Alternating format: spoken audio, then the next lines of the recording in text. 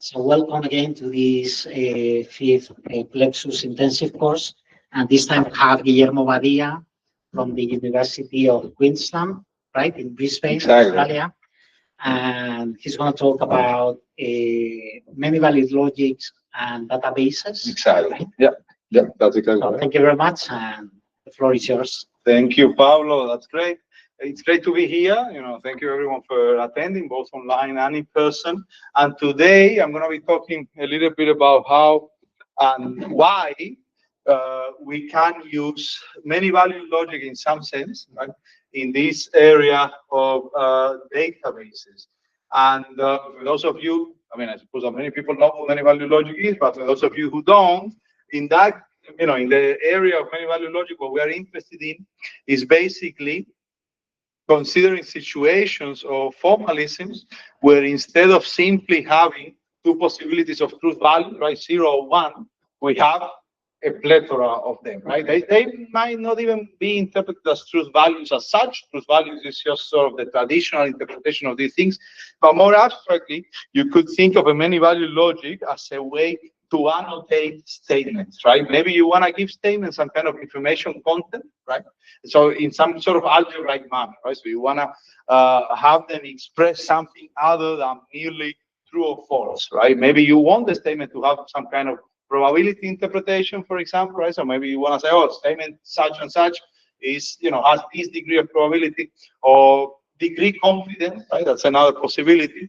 Or you could simply count how many times I have used that statement, right, in this or that, for this or that purpose, right? So there are many ways that you could think of what a many-value logic is. What it should do, it's just adding some more fine-grained sort of value to what is behind the traditional binary nature of classical logic. And today, what I'm going to do is basically connect that sort of application to certain problems in database theory. And for those of you that have not heard about this, let me say a little bit about that, right? What does it mean to use logic for databases? In what context do we want to do that? Yeah. So I can change that. So basically, one of the sort of seminal ideas in this setting or in this literature on databases is something which is called the relational model of databases, right? This was invented by Ted Codd, who was a guy at IBM, famous, in the 70s. And his idea was that if we look at a database, okay, a database typically, or back in the day, was just what? It was a table, really, in a way, right? That contained data points. So you had some information, maybe you had some columns and rows, right? I don't know, like, for example, simple database, imagine that you have salaries and employees in a university, right? So I might have that.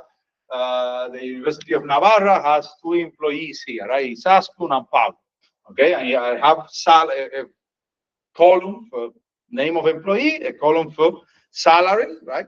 And I know that in the first row, I have Pablo. I have, let's say that Pablo makes 100,000 euros a year. It's almost very close.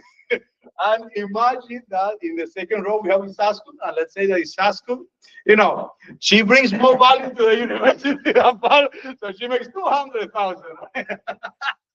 200,000 a year. And now, what do we have, right? We have a table that reflects some kind of information. So Ted Codd's idea was, all right, so how could we represent this table as a logical structure? That was really the question that he was after. And his idea was, well, you could think of this table, this simple example, you could think of that as a relation. It would be a binary relation where the tuples in that relation would be Pablo, 100,000, right? Isaskun, 200,000, right? That's about it. Right? So it's a finite relation because it has only 2 tuples, correct? And, in a way, of course, this relation is a little bit more sophisticated because it's actually sorted, right? So you can imagine that there are 2 sorts of objects here, right? On the one hand, you have a sort which is employees, right? On the other hand, you have a sort which is salary, right? So these are objects of slightly different nature, but nonetheless, it's a relation. Right? So his idea was to define a database, basically, as a finite set of finite relations. All right. In general, in this kind of theory of databases, we might assume that we have a background domain, which is countable and infinite, from which I'm drawing all my objects, right? But that background domain is not part of my database, right? So my database is just a finite set of finite relations. Okay, so far so good. All right. Now, you might say, well, okay, but now you are telling me that the database is a set of relations. That's not a structure, right? In the usual sense of also the logic, right? So how can I turn that into a structure? This is all background information to give you some sense of where we are going to be going. Well, I could turn that into a structure by considering, well, two possibilities. The first possibility would be, you might say, well, look, all of these databases are structures that have like an infinite domain. What is the infinite domain? That background field that I have there. This, of course, is not incredibly interesting, right? Because, like the relations are really not talking about all the objects. But you could think about it that way, because you could imagine that, in fact, those relations, one other way to think about these relations would be as functions, right? Instead of taking the relation, you might take the characteristic function of the relation. How would that work? Well, imagine that then I would have, like my relation R that before connected employees and salaries now is going to give an output depending on which employee and salary I input, right? So if I say Pablo and 100,000, right, then my output will be a 1 in this function. But if I put Pablo, and 50,000, my output is 0. That tuple is not in that relation, right? So I could similarly think of these relations as functions, really, right? As functions that have what we know as, they have this property of having finite support. What is the support of a function, or of a function of this kind? Well, the set of all tuples that don't take value 0. All right. So in the relations, the examples I gave you before, these tuples, there were only 2 tuples that didn't take value 0, right? So it's the support is finite because there are only 2 tuples that don't take value 0.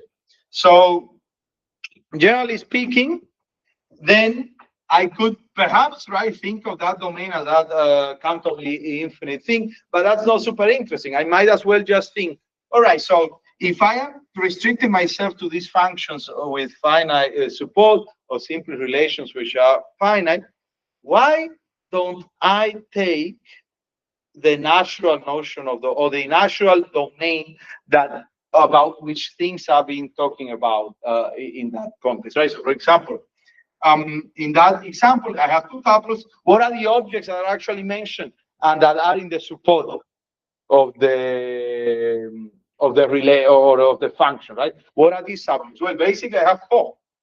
I have Pablo, I have Sasku, I have 100,000, I have 200,000. Those are the things that are actually mentioned, and that they are actually in the support, right? Well, not in the support, in a tuple in the support, right? So the active domain, as this is called, is just the set of all objects that appear in some tuple of a relation in a database, right? That's the so-called active domain of that database. Why active? Because the rest of the, background countable domain that we have always as an assumption, the rest of that thing doesn't come into the conversation at all, right? We're not really saying anything about those other tuples. We're only talking about these objects, and we are saying things, and some things are true, some things are false, right?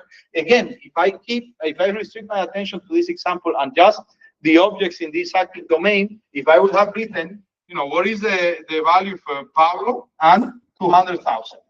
Well, the value is 0, right? So that tuple is not in my relation. Oh, yeah, so that works better. Yeah. Here the value would have been 0, right?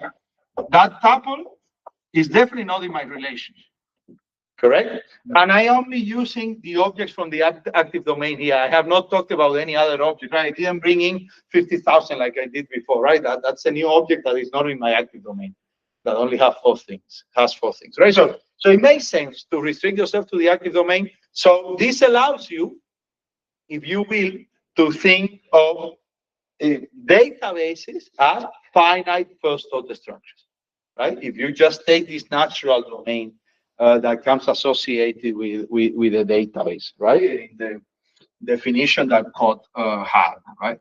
So this is first, I mean, this example I just gave you is just to connect logic and databases. So this is basically the connection. The connection is that you can think of, in a nutshell, of databases as finite structures, right? And then you can ask questions about finite structures. So we know how to do this, right? So this is a well-developed field, and you know that then one immediate thing you could do is use logic to ask questions about the database, right? I could ask statements in first-order logic and ask whether they are true or not in the database. Or I could write up a formula in first-order logic and ask whether the formula is satisfied or not by a tuple in my database, right? For example, could I ask, I could ask a question, right? From that database I gave you before that had just those two simple rows, right? Like, let me just write it here just for reference, no? So maybe because we can come back to that, right? So I had Pablo, I had Isaskun, and I had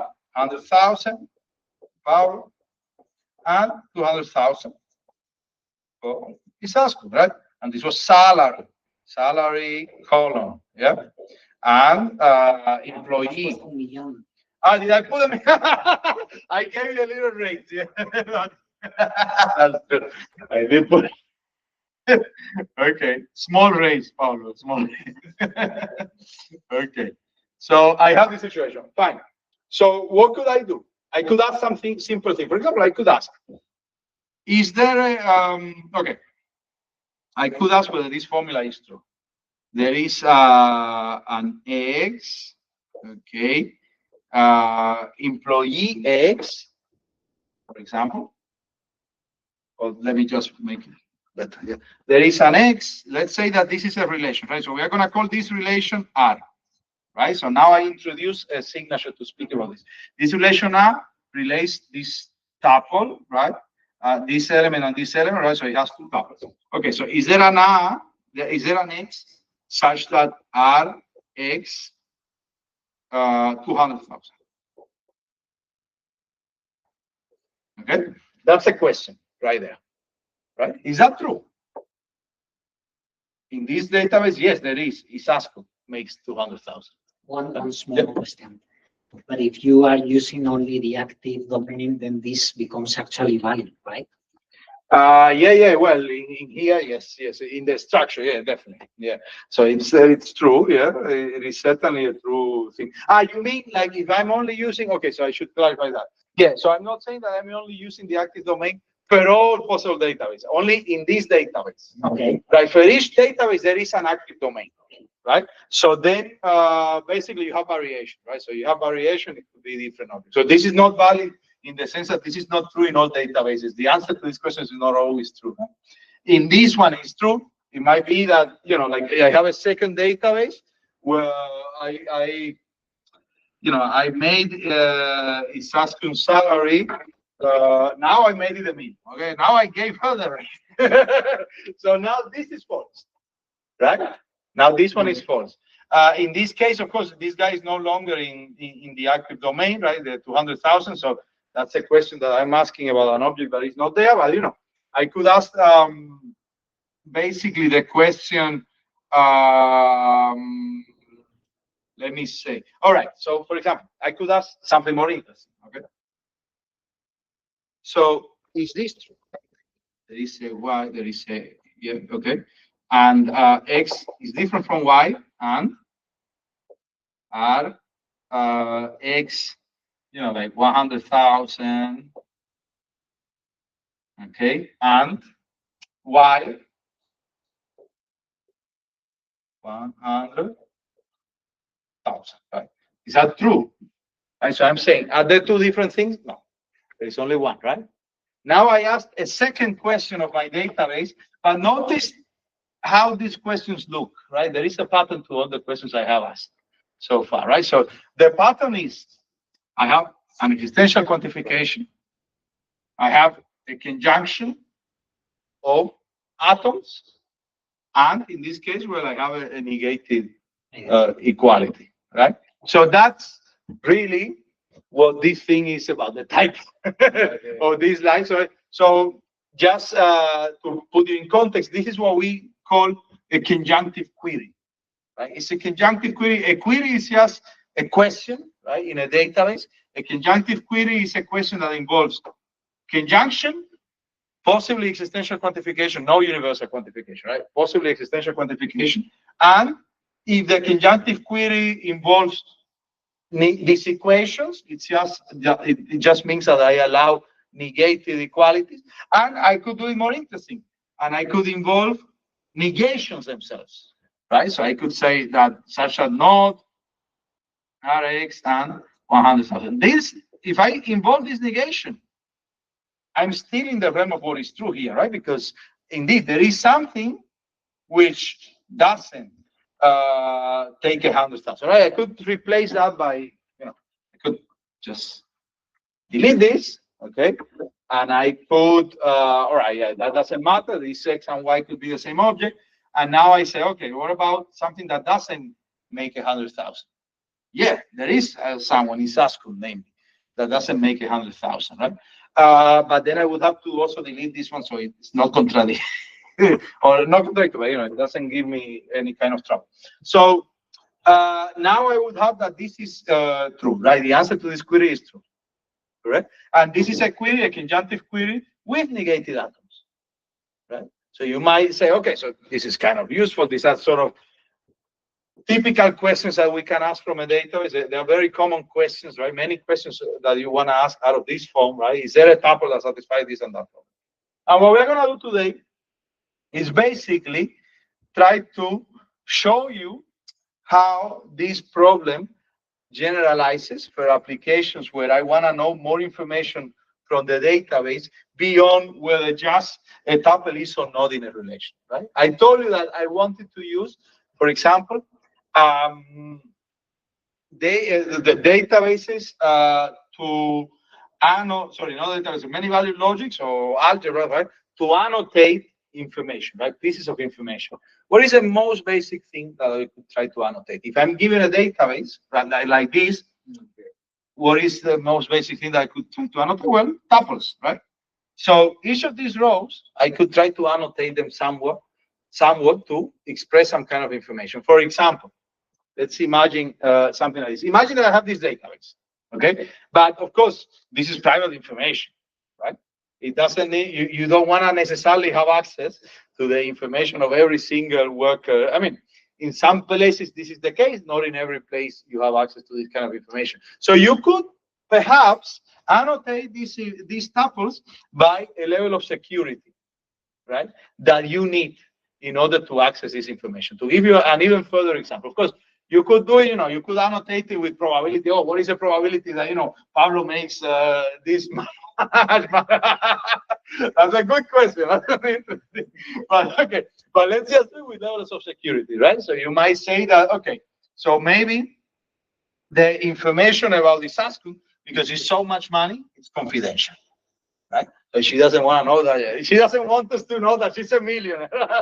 So it's very confidential, right? Maybe the information about Pablo is public. All right, to do a little fun, yeah? So maybe the information about Pablo is public. All right, and now I have a different kind of object here. This is no longer my good old database, right? This is now a database where I have some extra piece of information, but that piece of information is not, in a way, intrinsic to this relation. It's an annotation that I have made about the tuples, right? It's something extra, something sort of outside. It's in the database, but it's something that maybe this annotation is produced by an expert, right? The expert gets this salary, that table, that is the raw data, and the expert says, okay, no. Hey, the information about Pablo, everyone should know that, right? The information about the Saskun, no, not everyone should know this, but I'm the expert that determines that, right? And now, once I have this framework, well, now we are in the realm of some kind of many value logic, as you can see, right? Because now we have basic facts, right? The basic facts in this case are of the form RxAB, right? So it's a binary relation holding between two elements, right? And some of those basic facts are they come with the annotation public. Some of the other, they come with the annotation confidential, and maybe there are some other possibilities. Maybe, there is top secret or whatever. Right? You could come up with a degree of annotations that would give you all the possible security clearances that anyone, levels of security that someone that has the power to make these assignments would have. And in fact, that structure that annotates levels of security, the most basic, simple structure that you could have in that sense is something that probably everyone is familiar with, which is some kind of three-value logic, for example. Now you could have, I don't know, public, confidential, and what is the other thing? Intermediate, like, I don't know, top secret or secret, right? Like something like that. Yeah, you can come up with your own preference when it comes to these levels of security. But this could be, a three-value logic, basically, right? So it would be something that has an element, public, top secret, confidential, whatever. It doesn't really matter what the labels mean, but it's just a lattice of three elements, right? A linearly ordered lattice of three elements, right? Maybe then, in that kind of case, right, you want to then understand, once I know that I can annotate basic facts by these sort of objects, I might want to understand how can I interpret the logical connectives, right? So I have, at the very minimum, with these simple queries that we are looking at, I have at least what? Conjunction. I have the existential quantifier, right? And I have some kind of negation, but let's just go to the previous example because the negation complicates things a little bit. So I'm just going to keep with, stay with this equation thing, right? But I have these equations, right? So we can do this. So what would be an obvious, if I have a lattice like that, what would be an obvious interpretation for conjunction? What is the most common thing? The minimum, exactly, the minimum, right? So the conjunction would become the minimum, for example. That's a useful kind of approach. And the existential quantifier typically would become the maximum, right? Because this just follows a very simple-minded, generalization of classical logic. But that's good enough, right? That's good enough. Now I have given some semantics to my logical expressions, right? So now, the same way that before I asked about these statements, right? I can ask about this statement, right? In this new database with this new semantics. So now, of course, what would that mean that I have this sort of new structure where I can annotate things? Well, it would basically mean that now this query itself will come with an annotation, right? So there will be a security clearance that I need to have in order to know the answer to this query. And this calculation, right, using this sort of many value logic, to call it somehow in a generic way, will give me what that security clearance is, right? I will have to do the calculation, but it would give me that, right? Using the interpretation of this as maximum and this as minimum and so on, all right? So this is sort of the general idea that we want to bring forward. Let me say, of course, this idea has been in the database community for a long time, right? So it's not like some new discovery. It's just that there are many problems here that have not been looked into. But in recent years, the idea has gained a lot of more traction because one of our co-authors, Valtane, and a bunch of his collaborators and students, they propose a framework that we will see later of how to interpret these algebraic structures that we are using to annotate the data, the framework of semi-rings. This is what they suggested, these algebraic structures that I will tell you in a bit. And that framework has been picked up by a number of people, like lots of literature has been generated in that area. So what I'm going to tell you about today is one particular problem that has a clear logical flavor, right, that you can probably understand. And that problem has to do with entailment.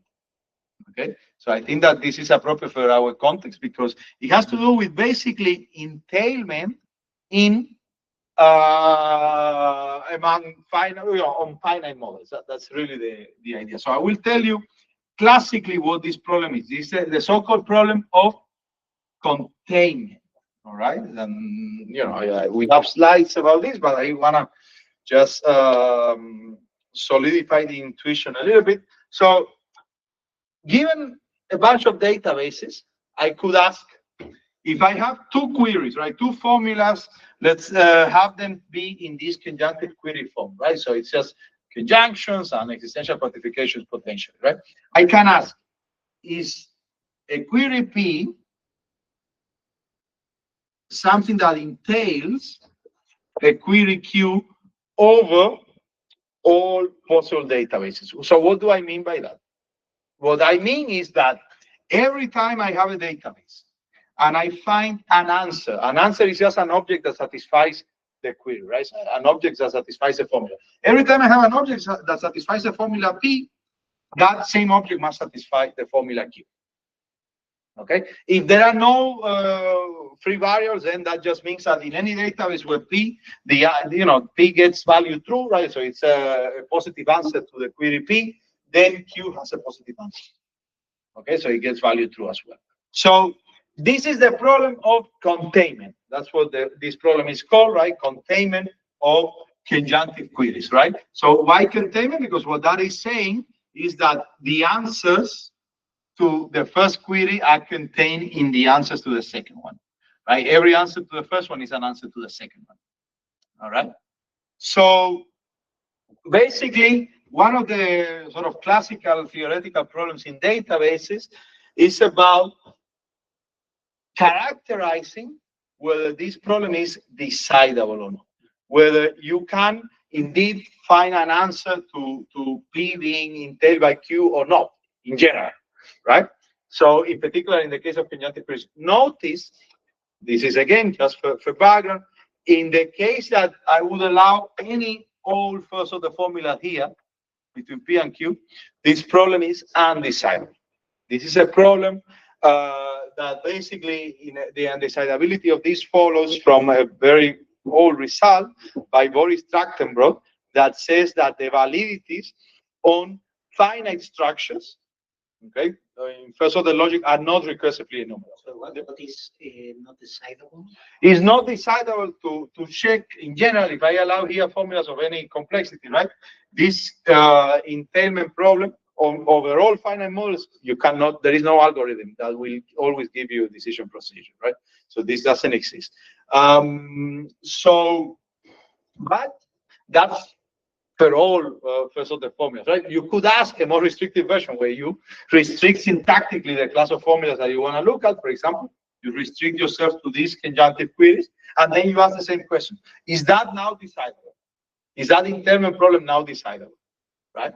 Turns out that very famously, in the case of conjunctive queries, it was shown by two guys in a famous paper by Chandra and Merlin. Okay, they proved that this problem is indeed decidable and is NP, right? So this is, well, not the easy, but it's a very easy or well-known class, complexity class. Not, easy doesn't mean that it's necessarily practical, but it just means that it's a well-known thing in this case. That's all I mean by that. So this problem is NP, is decidable, is NP, and the technique that they use to do that is the one that we are interested in. Is sort of the same kind of idea or sort of vague idea that we are going to use in our own results. And furthermore, it turns out that if I complicate that problem only a little bit, right? If I add this equation to my conjunctive queries, right? Not just the conjunctive queries, but also adding this equation, the problem gets out of NP, all right, and goes to something potentially more difficult, but these things are still, there are many questions in complexity theory that are not completely clear, but it goes to something called pi P2, okay? So this is a different kind of complexity, right? It's a much more complex, right? Pi P2, yeah.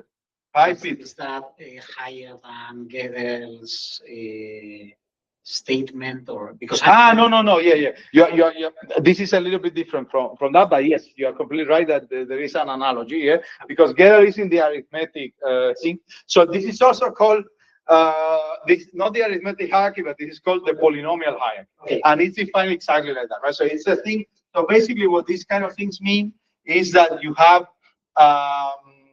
Turing machines with oracles, which means that now at some point in the computation, you can ask a question to an oracle that answers questions of a certain complexity, right? Like, let's say you can have something which is a problem in P with an MP oracle and things like that, right? So, you know, you have this sort of combinations. So this is generally something a bit more complex than MP, right? So the complexity here goes up, right? So that's all that we need to understand for now.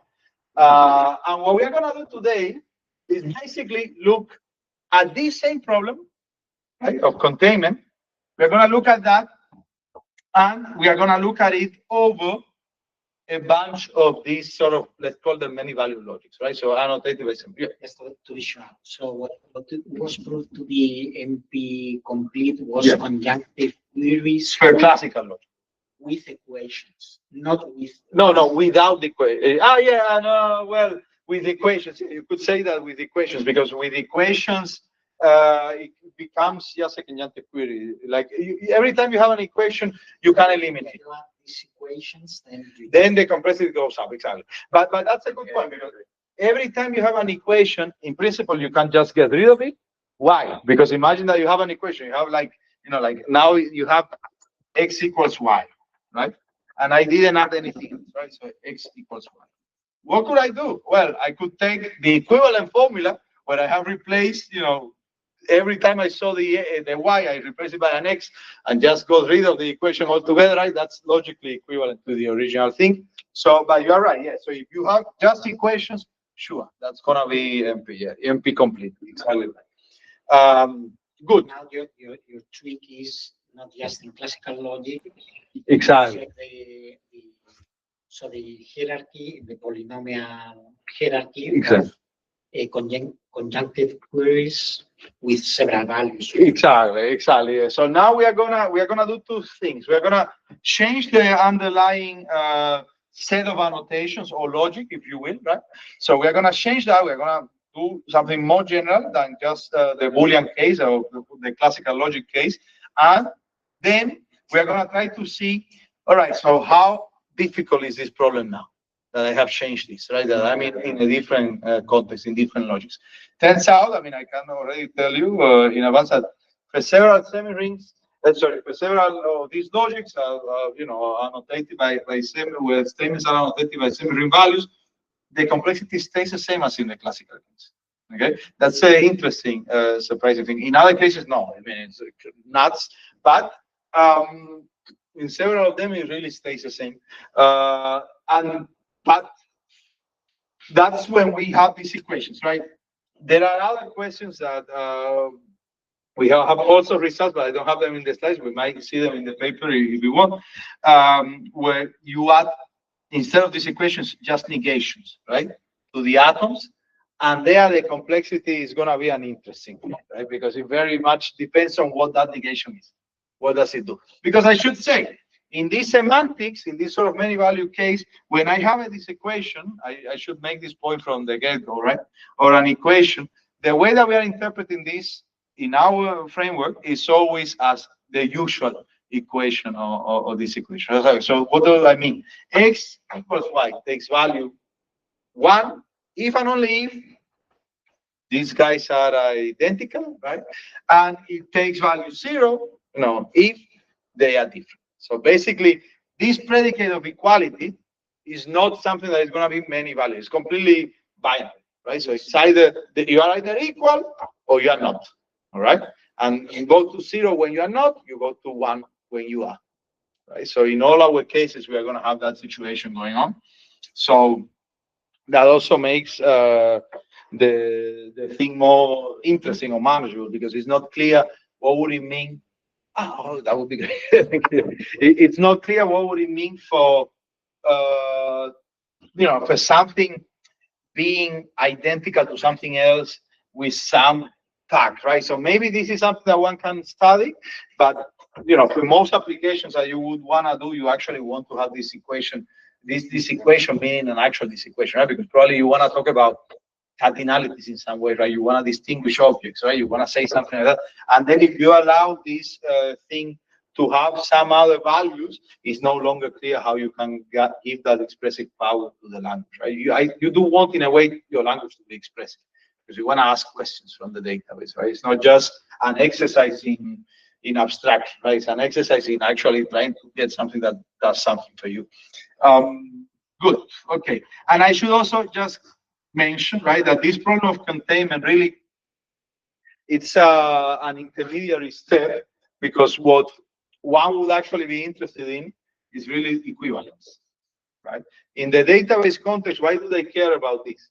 They care about this because sometimes in something called optimization, instead of asking a query that might be very costly, complicated in some way or other, you might want to find an equivalent query, an equivalent question that maybe, it has a form that is more readable, or, more efficient to implement or to ask or whatever, right? Like you might have many reasons as to why you want to really know when two things are equivalent, because maybe taking the equivalent version of the same question is easier for me to work with. Okay. I'm just wondering about the notion of object, let's say. Yeah. I'm just thinking in a standard SQL language, Yeah. for instance. Yeah. You usually have an identifier that, in some sense, I would think that abstracts the idea of object, right? Like. Yeah. So when you are saying x unequal to y, you are assuming some column as your identifier for. Yeah, you could think. How do you formally describe the notion of identifier in terms of data points, or I don't know? Yeah, I'm not sure, to be honest. Yeah, we would have to look into it, but this is a good question. Yeah, I don't know.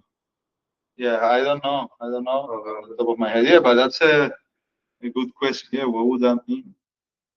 Yeah. I should say that SQL is a good example, because the other way, sort of the obvious way of What's the example? SQL that he mentions here, this is a database language, right? To query databases, a very famous commercial language. But the other kind of annotation that I could give, right, is from the natural numbers, right? Like bugs, right? So now, what do I mean? Like maybe I have a piece of information 3 times in my database, and maybe I want to keep track of how many copies do I have around, right? Or maybe I have it 4 times, or maybe I have it 1 time, right? So this then produces a logic, to call it somehow, right? Where now look, the values or the tags for the atomic facts are coming from the natural numbers. So they're really natural numbers, right? Have you ever seen a logic of the natural numbers? I have not seen such a thing, but it's a very interesting problem, right? It's not recursively enumerable, most likely, but the idea is that these annotations in the natural numbers are quite prominent, right? This is what is known as bug semantics for these kind of queries, right? For these sort of things, where a bug instead is a multiset, right? Instead of having that every object counts only once, in a bug an object counts as many times as you have it in the bug, right? So it's in the sense of person. exactly, in the sense of also. That's exactly right. So, and that I should say, this is probably one of the most famous cases of this application, right? Or the most prominent one. And one of the open problems in this area that is crazy is basically what happens for containment, right? For this implication problem that I told you about, when you have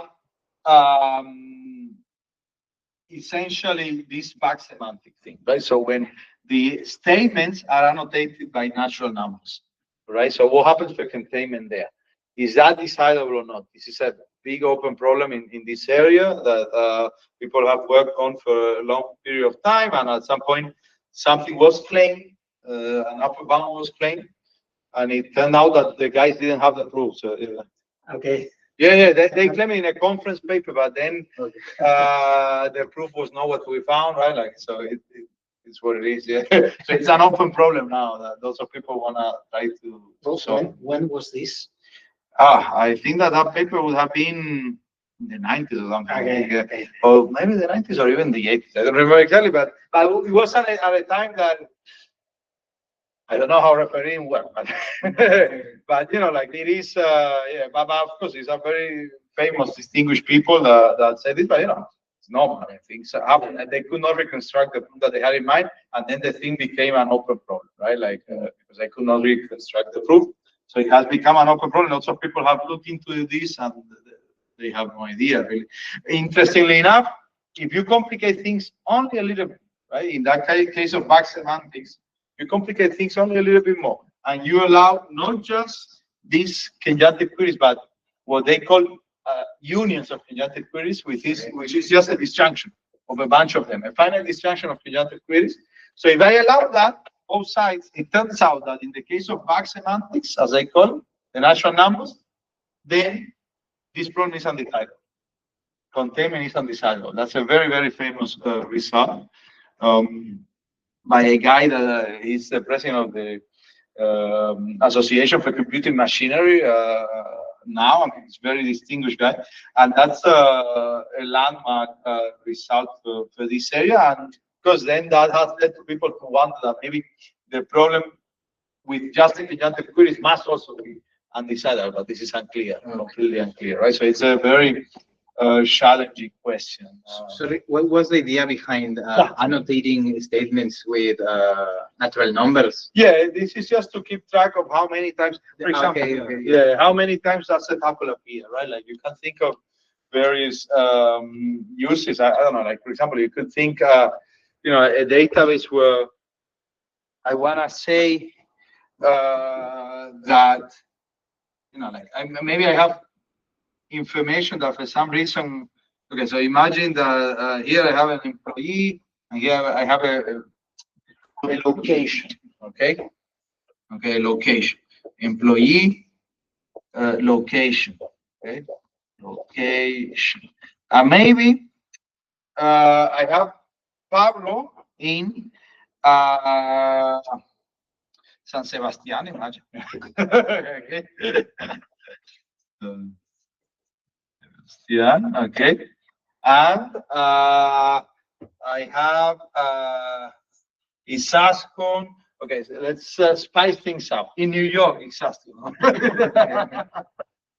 All right.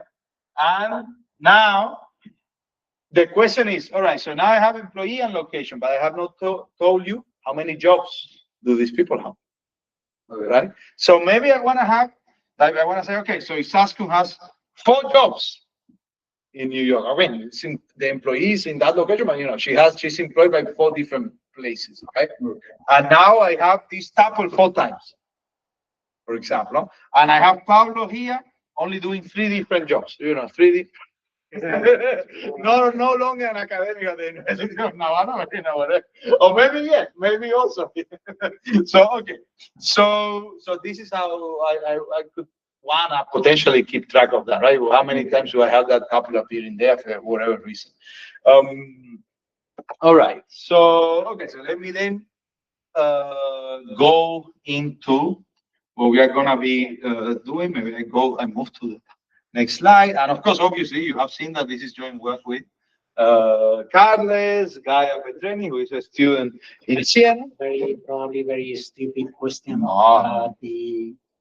So I think you mentioned in the case of classical semantics, the containment problem, the general content problem is undecidable. You know that. No. From classical semantics, the containment problem, the general, yeah. You mean for all possible, yes. So this is for any query. Correct, for any query, yeah. But in the because it's first order logic. Okay, but in the case of back semantics, for the this is open. This is open for the general queries or for no, well, for general queries, okay. So that's a good question. Sorry. For general queries, it depends on what we mean by general queries, because here I have not spoken about the negation, and this is really a big issue, right? Like, how do we interpret negation, right? Under which semantics is this something that I can interpret? Of course. So my intuition is very rough, but it's the following. So it seems that the classical semantics can be viewed as a particular case of bug semantics. The classical semantics. The only annotated. Sure, I was. Yeah, you could do that. Sure. Yeah. And so if the classical case is undecidable, the bug semantic case. Absolutely. In a way, yeah. But I mean, there is another more. I mean, there is a more principled reason why this is undecidable, because as I said, right, so the union case, right, the case of disjunctions of conjunctive queries, that is undecidable for bugs, right? And that doesn't involve negation in any form. Sorry, but I didn't get the. Yeah. So you meant the open problem is for conjunctive queries in bugs, exactly. Yeah. General problem in bugs, definitely undecidable because of the disjunctions. So, but I mean, in any case, it's still a question to try to understand what it means, even to give semantics in general over the bug semantics. But once I have negation, this is something else. There is a lot of work on different approaches. Let's say. Yeah, so we can talk about that if you want, like in the second part. Depends on how much of this I can go through. Yeah. All right, so let me see then the next slide. I can just. All right, so what are we gonna do today? We are gonna use these sort of ideas. Okay, so I will tell you what this is in a second. I'm gonna talk about the containment problem in the case of these more general semantics, where tuples are annotated on algebraic structures that we call semirings, right? This is the most general thing that we will be using. I will look at containment for the context where I have these equations on the conjunctive queries. I should say that the context where I just have conjunctive queries on their own, this has been quite well studied for the semi-rings that we are going to be looking at today. This has been studied in a paper from 2011 that has attracted quite a lot of attention as well. And it is well understood.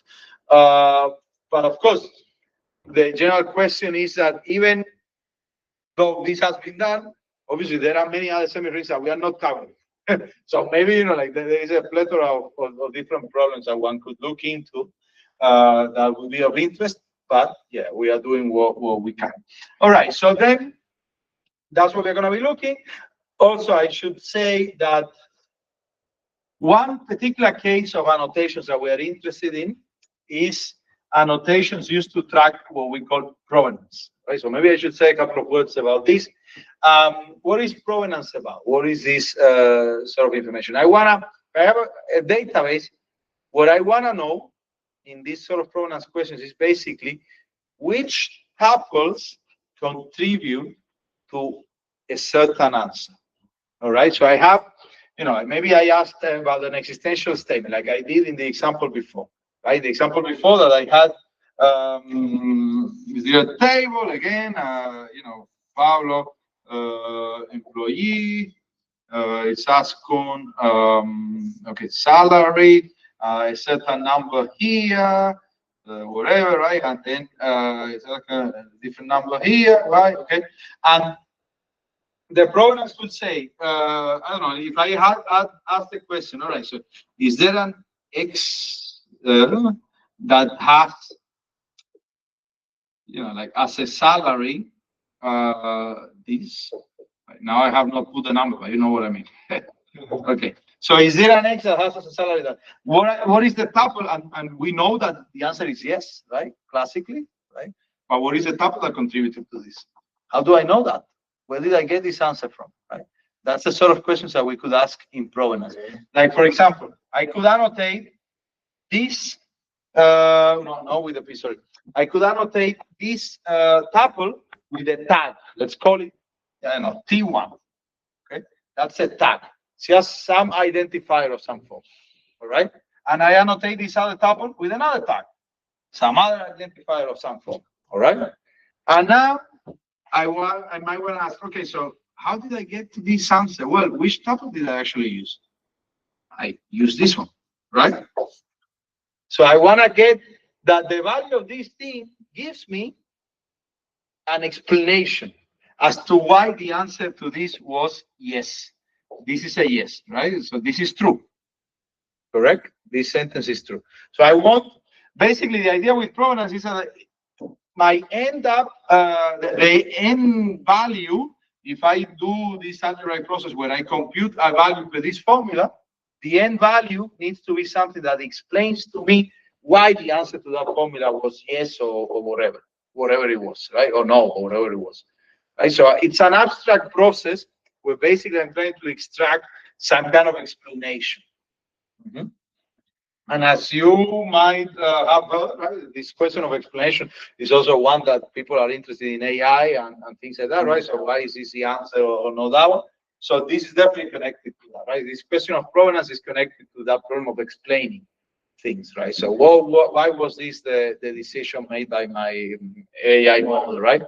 Well, you can use provenance to track that, right? So it's something that has a kind of potential application. So we are interested in semi-rings, in algebraic structures that let me track this sort of information. Okay, that let me tell you basically, all right, so why was this the answer and not something else? Okay. So yeah. So okay, that will become clear later, but that's the idea, right? So we want to provide information on how the query depends on certain atomic facts, right? So there are different kinds of provenance, but this is sort of a basic idea. You could say, okay, which tuples did the answer depend on, right? Or why was that the answer, not that one, right? So you can come up with your own combinations of questions, right? So, okay. Now, I should say that the method that we are going to be using, right, to show the decidability of containment for the cases that we're going to look at, right? All the cases that we will look at are decidable. That's what you want to prove, that these things are decidable, because then potentially, if they are decidable, at least you know that you're in the realm of something that you could come up with some kind of algorithm, perhaps, to make automatic this process of finding equivalent queries, right? That are sort of easier in some way to some other things. Well, the method comes from this paper I mentioned before, and the idea that they had was a very clever one, which is that they said, okay, look, P entails Q, turns out one can prove is the same as the existence of a mapping, something that we call a homomorphism or a canonical mapping, a containment mapping. There are many ways of calling it. A mapping from the first query to the second one. What does that mean? These queries are syntactic objects, right? So this is a formula, an existential formula, right? It's something of the form. It's an x phi, all right? There's an x phi. And this one is another one of that form, right? There is a y psi. We don't know what that might be, right? And a mapping then is going to be precisely a mapping from variables to variables in the other query, but with the property that whenever I have an atomic fact that I see here, right? An atomic formula, right? I don't know, x, y. Okay. I want to have that same atomic formula, but with the images, all right, of x and y in the other query. So that kind of mapping is going to be something that sends variables to variables, but preserving the atomic facts that the first query has written, right? Remember, again, these queries are conjunctions of atomic facts, right? So L, X bar, L, X, Y bar, or whatever. I mean, but not L, it could be S, different atomic exactly, yeah, different atomic formulas, right, with different predicates, right? It might be unary, ternary, who knows, right? So the database, remember, it says a finite set of finite relations. So you might have a bunch of different relations, and therefore your query might be quite complicated, right? It might talk about different relations. Oh, okay. Small clarifications. Yeah. These queries, can you have constants, namely. Good question. Yes, you in principle can. Yeah, you can do that. Yes. But this mapping is only for variables, not for. Yeah, but then if you would have, I mean, there are a couple of ways to do that. The easiest way would be that let's assume that they have the same constants, right? And constants go to themselves. That would be the easy way to do it. But yes, you could perhaps make it more complicated. But yeah. Because if you have different constants in atomic facts, is it guaranteed that there is no containment? This can be different. Yeah, exactly. That's why we want to keep. In general, I think that's a very subtle point. You're absolutely right. And I think that in general, I would prefer to just keep the constants the same, right? Like if we, like whatever I have here, I would have here, or whatever, like so. Yeah. So that the mapping doesn't get embroiled in these sort of issues. But there are ways to handle these questions. But yeah, you're absolutely right that it can get tricky because, of course, yeah, you could just vary the interpretation of the constant or something like that, right? So it can get a little bit in the weeds of problems.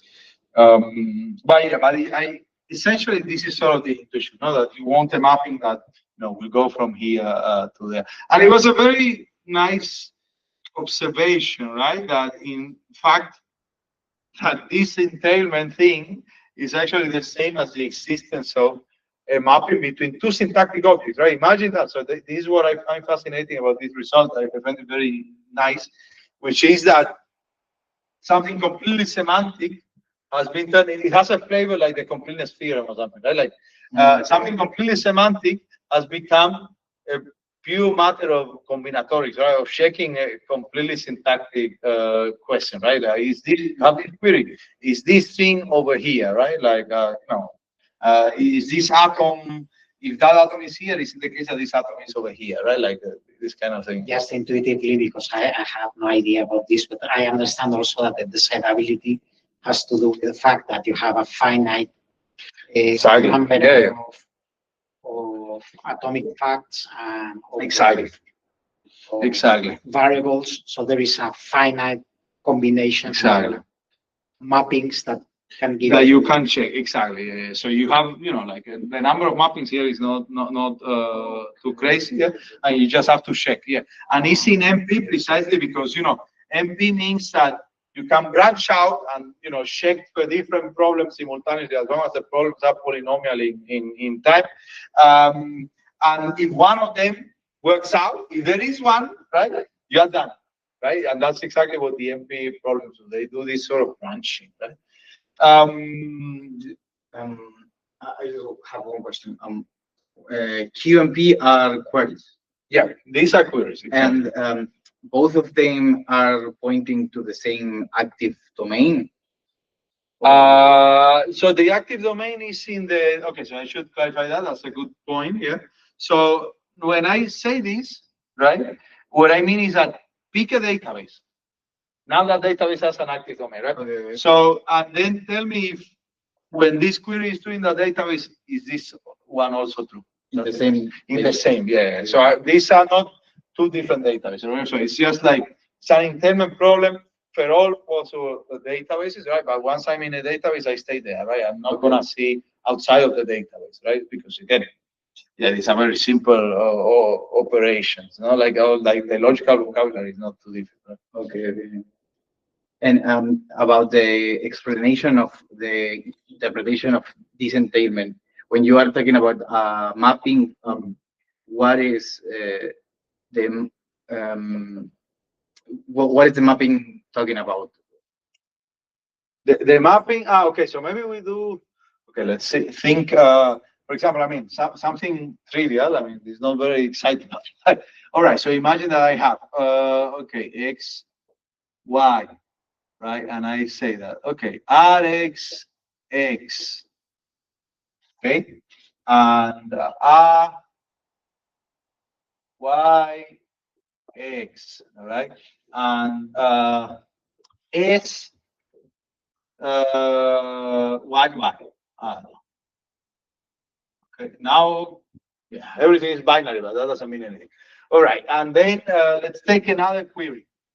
Right, like something arbitrary. Let's just check this condition. So tell me something. Yeah, tell me something in this vocabulary, these binary things, something existential and with some conjunctions. Yeah, let's just do like. Okay. Exists WZ Yeah. such that W and V, no? yeah V such that I don't know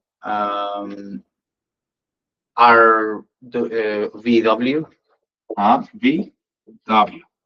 Okay. Do you Yeah. want to end it there or something else? and S is just another letter for Yeah, it's another predicate. Yeah. let's say SVV. Perfect. SVV. Excellent. Good example. All right. So now let's try to ask. So which direction do you want to check? Do you want to check if the first one entails the second one or the other way around? The first one entailing the second one. Okay, let's go the first one entailing the second one. So this condition here tells us, all right, so all we want to do is find a mapping that goes from this one to this one. Okay. Right? So, but let's see semantically first. And when you Is it say the case? finding a mapping, you mean finding a function that, okay. Exactly. But let's do it. I mean, that's a good exercise in I guess, and we can be relaxed. So, all right, so then you want to go from the first one to the second one. Is it the case even intuitively, right? That semantically. Now you are in the realm of normal logic, right? Is it the case that that guy entails that guy? Yes. Yeah. But one would imagine, right? Because I have X and Y, R, Y.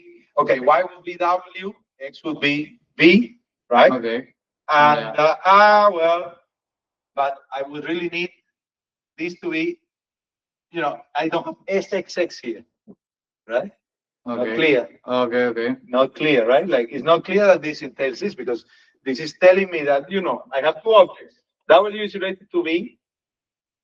And the second thing they are related is S. So, because this is VB, right? So, what about, all right, so then it doesn't seem like this would be intent. So then the question is there a mapping that I could build from here to there? Let's try to do it, right? And we should not be able to do that, I think. So, all right, so if I would send, okay, so I have these two atoms. So I know that whenever I find this atom, I have to find the same relation, but with the images of whatever my variables are, right? Okay. So, okay, let's start with this one. So what could I send W to? So I would have RW and B. Well, I could send it either both of them to X, right? Okay. These are my possibilities. I'm just going over possibilities. Or Y, V to Y, and W to Y and V to X, right? Okay. Okay, so let's try the first variant, right? Both of these guys became X. Okay. So the mapping cannot switch, cannot map W to X and V to Y. No, because it's a map. W to X and V to Y. No, because remember, I have to preserve this condition that if I find this atom, this condition then would fail, right? So now, if I do this mapping, both of them to X, then I need to go to this atom and I need to find if V is X, I will have to find SXX there. Okay. I don't have it. Okay. I don't have it. So now let's go with the second possibility. Now I have Y and X here. So the image of W is Y, the image of V is X. What does that mean? That I would have to find SXX here. Do I have it? No. No. Okay. So there is no mapping, right? Okay. So this is an example of how you would use this kind of little trick, right? It's a very neat thing, and it really, it uses the fact that basically you have this very simple structure, right, for the formulas. But yeah, I think that's the idea. Does that make sense? Yeah. So Yeah. All right. Good. So this is our goal. So we want to find suitable mappings for different logics, basically, right? So we want to find suitable mappings between queries. Si en algún momento quieres hacer un descanso, dinos, ¿eh? Ok, sí, como quieran. O como ustedes me digan, si quieren, yo puedo seguir por un poco más de tiempo. No hay ningún problema. All right, so Okay, so let's then see, now that I told you a little bit about what's going to happen there. All right. So what we are going to be talking about here, what we are going to show is that basically these results, okay, so this is a little bit mysterious, it's probably to think, but as I told you, it just means that we are a little bit above MP in terms of the complexity, but all I want to say is that it was known that for classical conjunctive queries where I allow these equations, the complexity was this higher thing than the, or potentially higher than the case without the these equations. Right? It's this type 2 level because these guys, in fact, well, not these guys, that was shown before by other methods, but in fact, these guys here, Cohen, Nut, and Sagib, they give a characterization of containment for these queries with these equations in terms, no longer in terms of the existence of a single map, but in terms of the existence of a family of mappings. Right?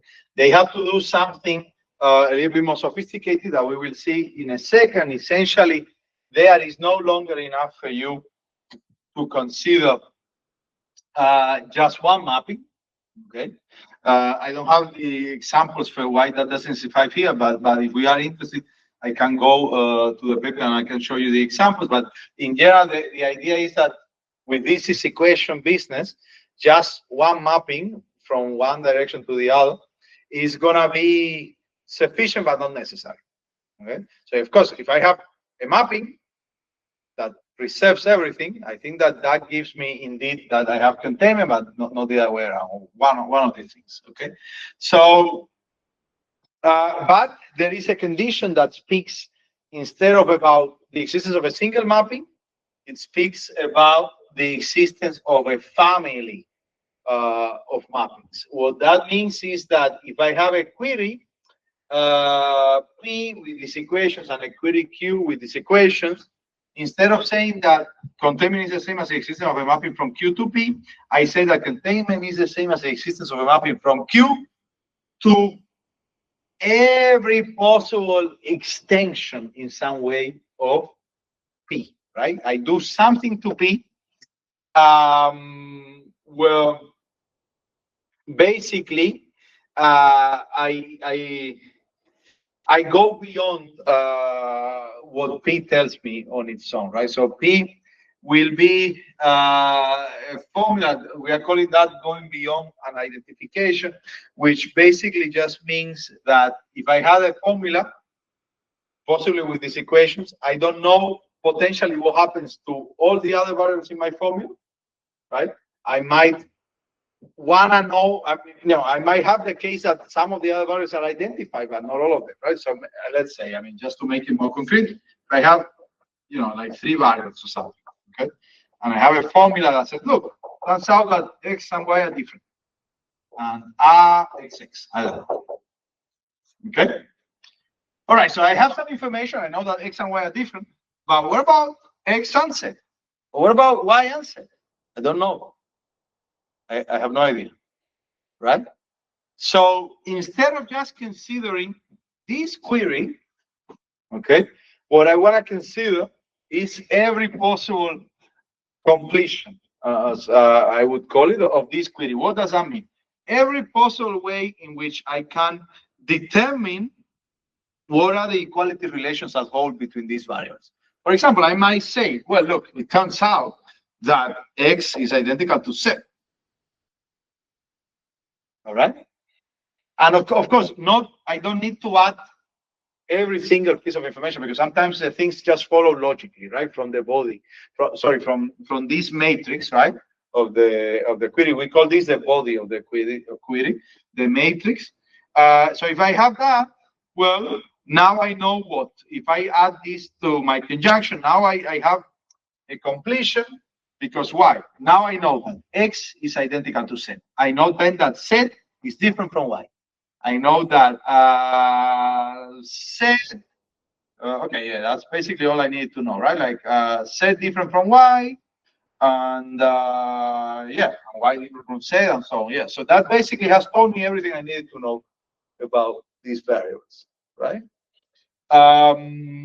Now, if I add that formula on its own now is a little bit complicated because really I have this equation here. What I might want to do is really get rid of the equation, right? And I might want to say, okay, now I have this equation. Let's just sort of identify these variables, right? So let's just rename the variables so I don't no longer have X and Z, but instead I have I don't know, X on its own or something like that, right? So I wanna, when I have a situation like this where potentially I have not said everything I could possibly say about the relations in terms of equalities I hold between the variables, I want to consider every possible way in which I can complete that. That's one possibility. Another possibility would have been that I say, hey, what about that's not the same? That's not a completion, is it? What am I missing here? Yeah, exactly. It's not a completion. Then what I need? What do I need? Z, either Z different Y. Exactly. Let's say that I just did Z different Y, right? That's now this is a completion. Exactly right. Because now that it fully determines everything that happens between the equations and these equations there. Right? Or I could have said, as you said, identical to Y, but yeah, and that would have been fine. Importantly, I want to consider only queries. I should also have said that really I'm not so interested in the case where the antecedent is something that contains a contradiction, because if the antecedent contains a contradiction in this kind of problem that we are looking at, then the containment is trivial, right? Because remember, these guys are completely classical in a way, right? They go to either 1 or 0. So when they go to 0, they always go, everything goes to 0. There, right? So when they contain a contradiction, that's always entailing anything else, right? So this is not interesting. So I'm interested only in the cases where once I have the completions, I have not obtained a contradiction, and in the cases where my original query itself was not a contradiction, right? Otherwise, it would be a little bit of a problem, right? So does that make sense? So basically, the idea there was that they do the following. They say, okay, so instead of now I have this problem, right? Like I'm using that symbol of implication, but this is just for our benefit here because we are logicians. But in general, they use the symbol that will be containment in the set theoretic sense, but those are the same. So if I have that, the observation here is basically that is the same as saying that for all completions, for all completions where I have also gotten rid of equalities, okay, by identifying variables, right? So for all completions, but let's just for the sake of it, let's call it identifications, okay? An identification is a completion where I have gotten rid of any possible equalities, okay? So for all PID, okay? So these are the identifications of P, all right? There is a mapping that goes from Q to PID. Okay? So now look how this condition now is more complicated. Right? Now this condition is not only, and this is exactly the point. Okay, this is exactly the point in this Pi2 thing. Now this condition is not only about finding one such H. The condition is also asking about checking that for every P. So I have to do a bit more. It need not be the same. You're right. Of course. Exactly. Yeah. So it's definitely not in general. It's not the same problem. And the point is that okay, there would be one case in which it's the same problem. Obviously, if I started with just an identification, yeah, and there is nothing else to check. It's just like containment mapping, right? But in general, it may not be. Yeah. And the complexity of this is hard, right? Because the machine has to do more. It's no longer just checking this. The machine needs an oracle. This is the point. It needs an oracle that, like first you start by guessing an identification, and then you wanna check that for all of those, right? You wanna make sure that for all of these guys, I can't solve this problem with an oracle that says, hey, is there an homomorphism? And the homomorphism, remember, is a problem of sort of branching, right? It's an MP kind of thing. So that's what is going on there, right? So, but this is the idea. For this kind of thing, I have to complete my query. All the information is not just contained, like, as opposed to the case without this equation, where all the information I need to know is this. I don't need to know anything else. I don't care about anything else. It doesn't make any difference for whether things are entailed or not when I only have positive information. Makes a lot of difference when I don't have only positive information, right? Like negation makes a world of difference, right?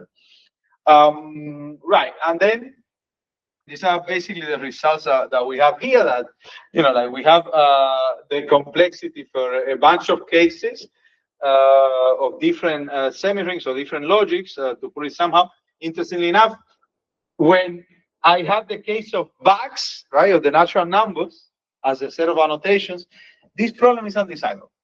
The containment problem for these equations is undecidable. Okay, so this was proven by some colleagues, but in these other cases, right, or these other semirings, you will see in a minute what these guys are. The problem is decidable. The most interesting case, perhaps for people here, is that for distributive lattices, right? So these are the lattices of, the simple, let's say, 3-value logic, or this example I gave you before of the security thing, right? There is a simple 3-value logic, or finally value logic, or even infinite value, right? Distributive lattices really, they are associated with intuitionistic logics, for example, right? So this is a direct connection that they have. In that case, containment in this sort of framework is exactly the same as the Boolean containment. They are completely equivalent, right? So that's interesting.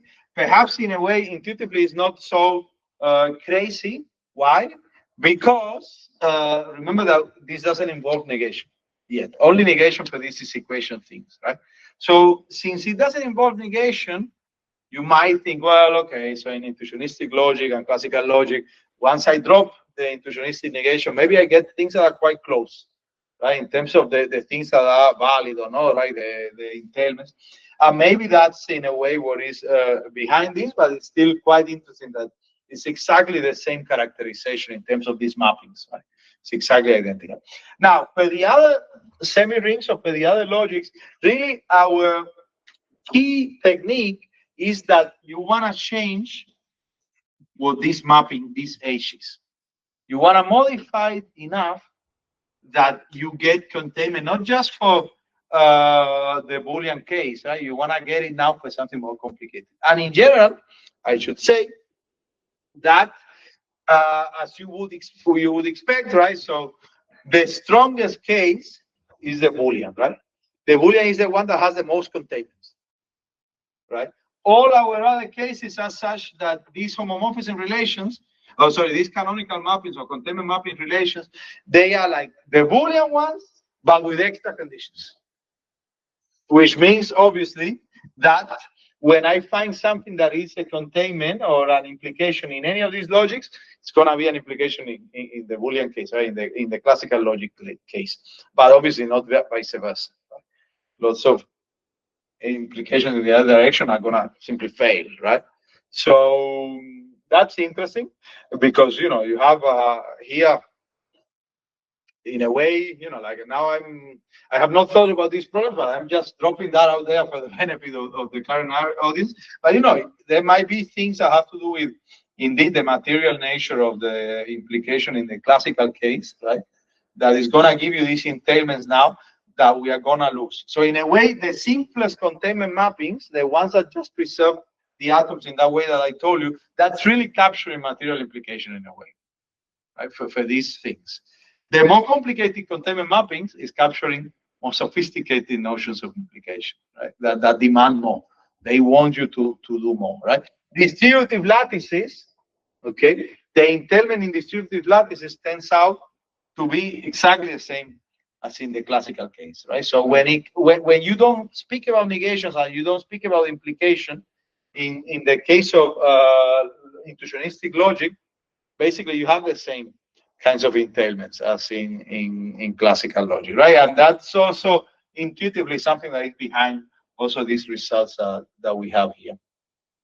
Okay. All right, so then let me go. All right, so I have spoken about what kind of algebraic structure we are using to annotate these statements and this logic, right? What are the underlying algebras that we are interested in? Well, and the answer is this, a semiring. So what is a semiring?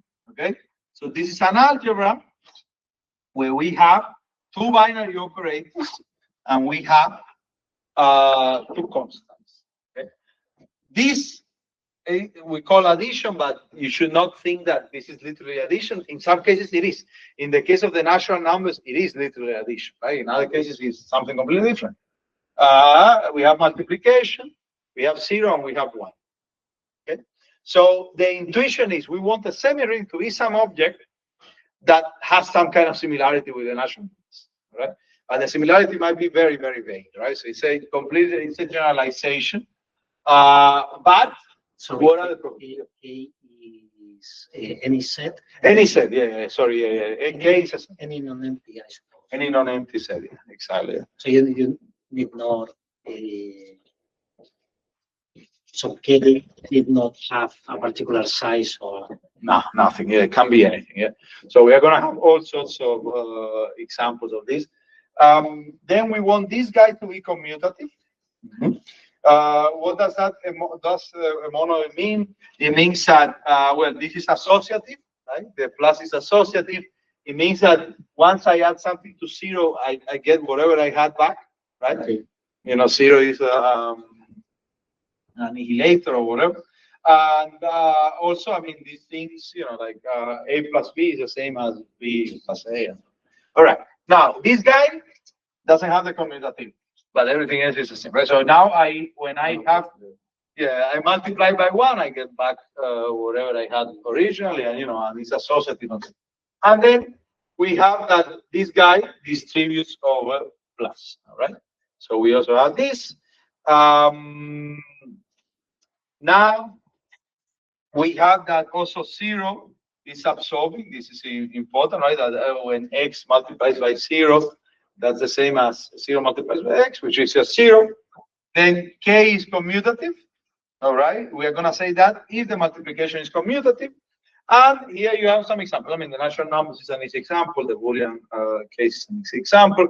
We have several more exotic ones. You will see them later.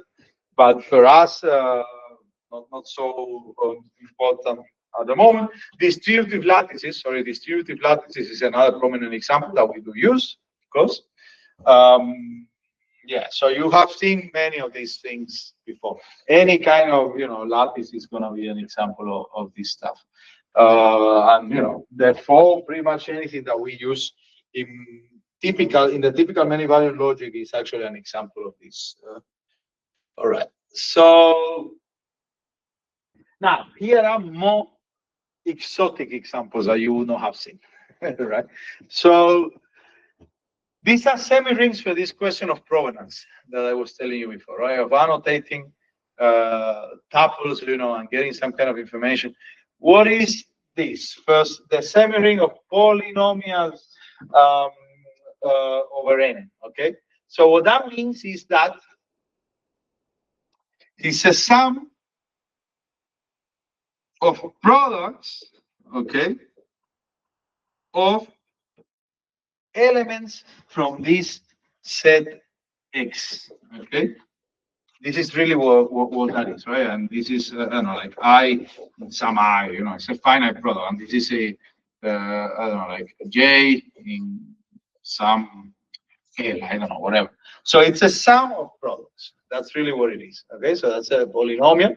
And the point is that these polynomials, the coefficients come from the natural numbers, okay? So you will have basically, like a product that appears a number of times in the sum, and things can have certain powers depending on how many times I multiply and so on. And the important part is that the variables come from this set X, okay? And the idea, the intuition is that you're going to use the things in X to annotate your tuples, all right, in the database, for example. And then we are going to use these expressions, these more complicated expressions, to interpret the semantics of your queries, right? Like, for example, as I said, multiplication will become conjunction, right? And the sum will be used to interpret the existential quantifier, right? So then at the end, you can get some kind of meaning for all these formulas. Then here is another example, the Boolean provenance. Yep. Just going to say that similarly, we can have the Boolean provenance polynomial semiring, which is the semiring of polynomials again, or polynomials of this form, right? Again over X with Boolean coefficients, which means just that the possible values are 0, 1 for the coefficients, right? So there is nothing else that is happening there.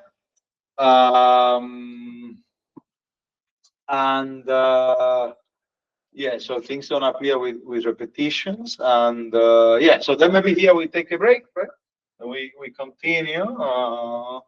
Yeah, so hopefully I'm only on slide 5. The last thing that we saw is what the notion of semi-rings, right? And then we saw a couple of examples. Again, semi-ring is just a structure where we have two binary operators, right? So we have an addition, we have a multiplication. The addition is commutative, right?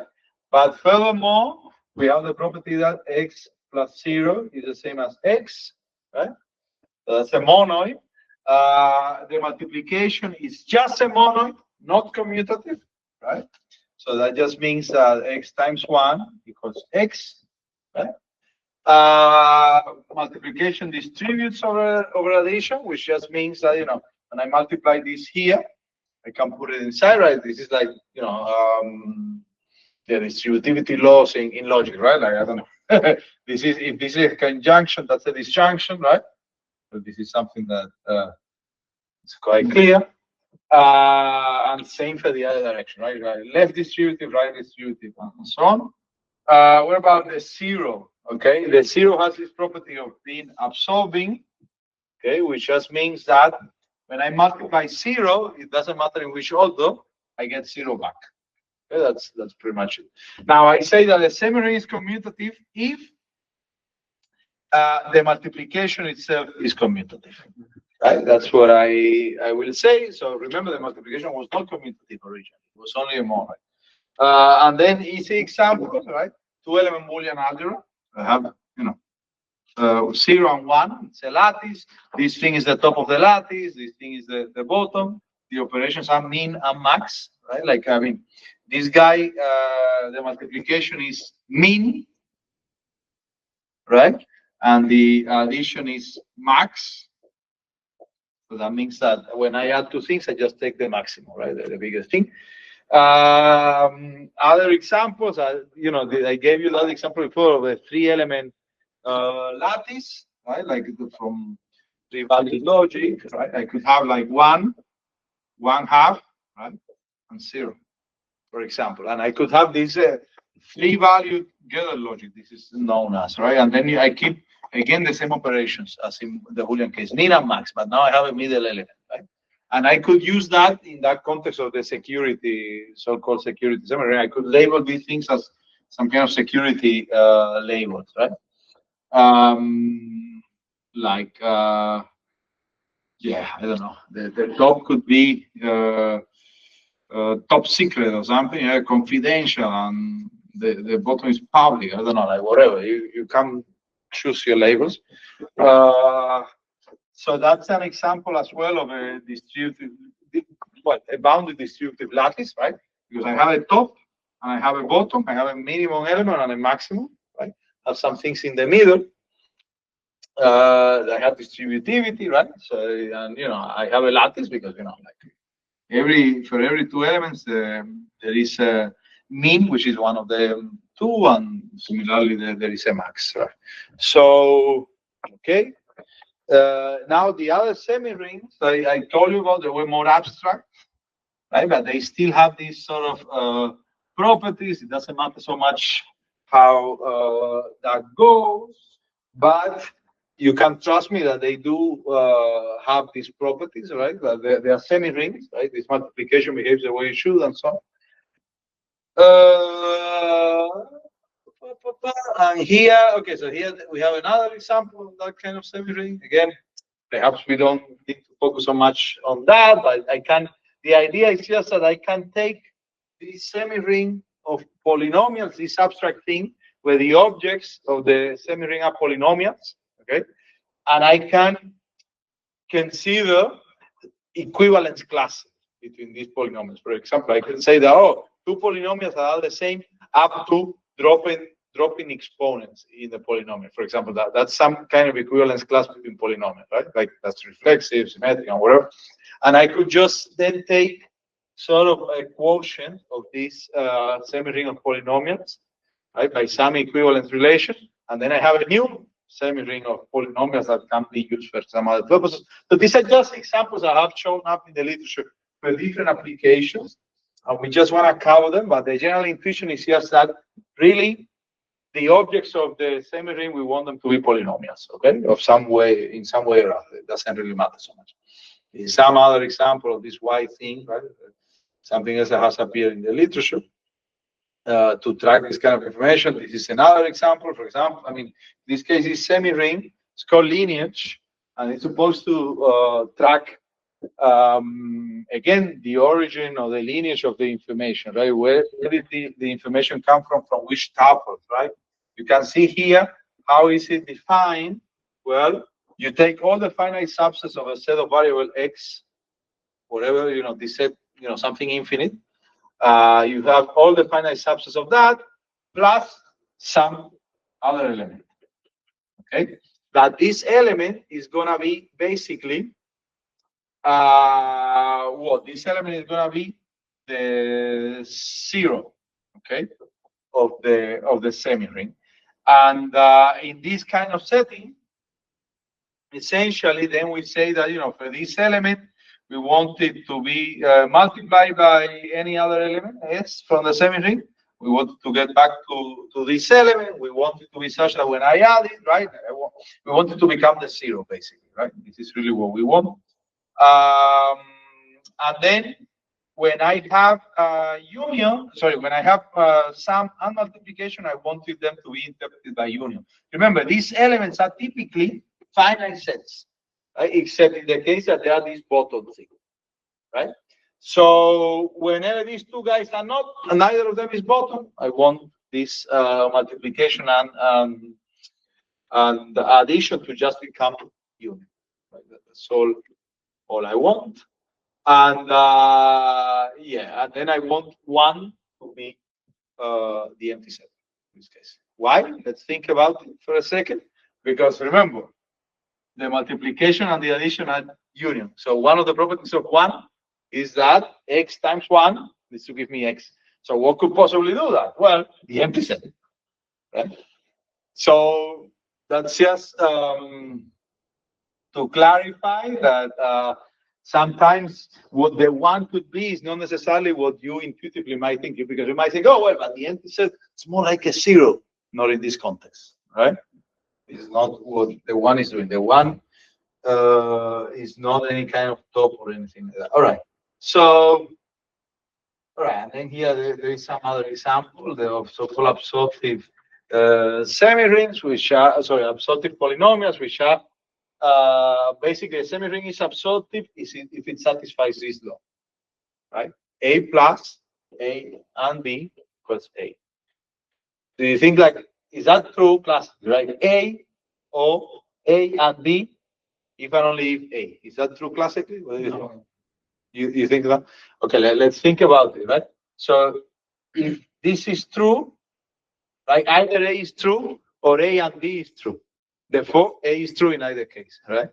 If A is true, then A is true, and then it's a disjunction. So it is indeed true classically, right? So it's one of the sort of identities, not that whole for classical logic. So I might just say, well, a semi-ring is absorptive if this classical identity holds, right? This Boolean identity holds, and an important semiring is a semiring of absorptive polynomials, which basically looks at that semiring of polynomials nx, and that's a quotient, right? Like it takes an equivalent relation that basically identifies polynomials according to the absorption law. That is that whenever I see something like that, it becomes A, right? So once I identify polynomials in that way, I get something else.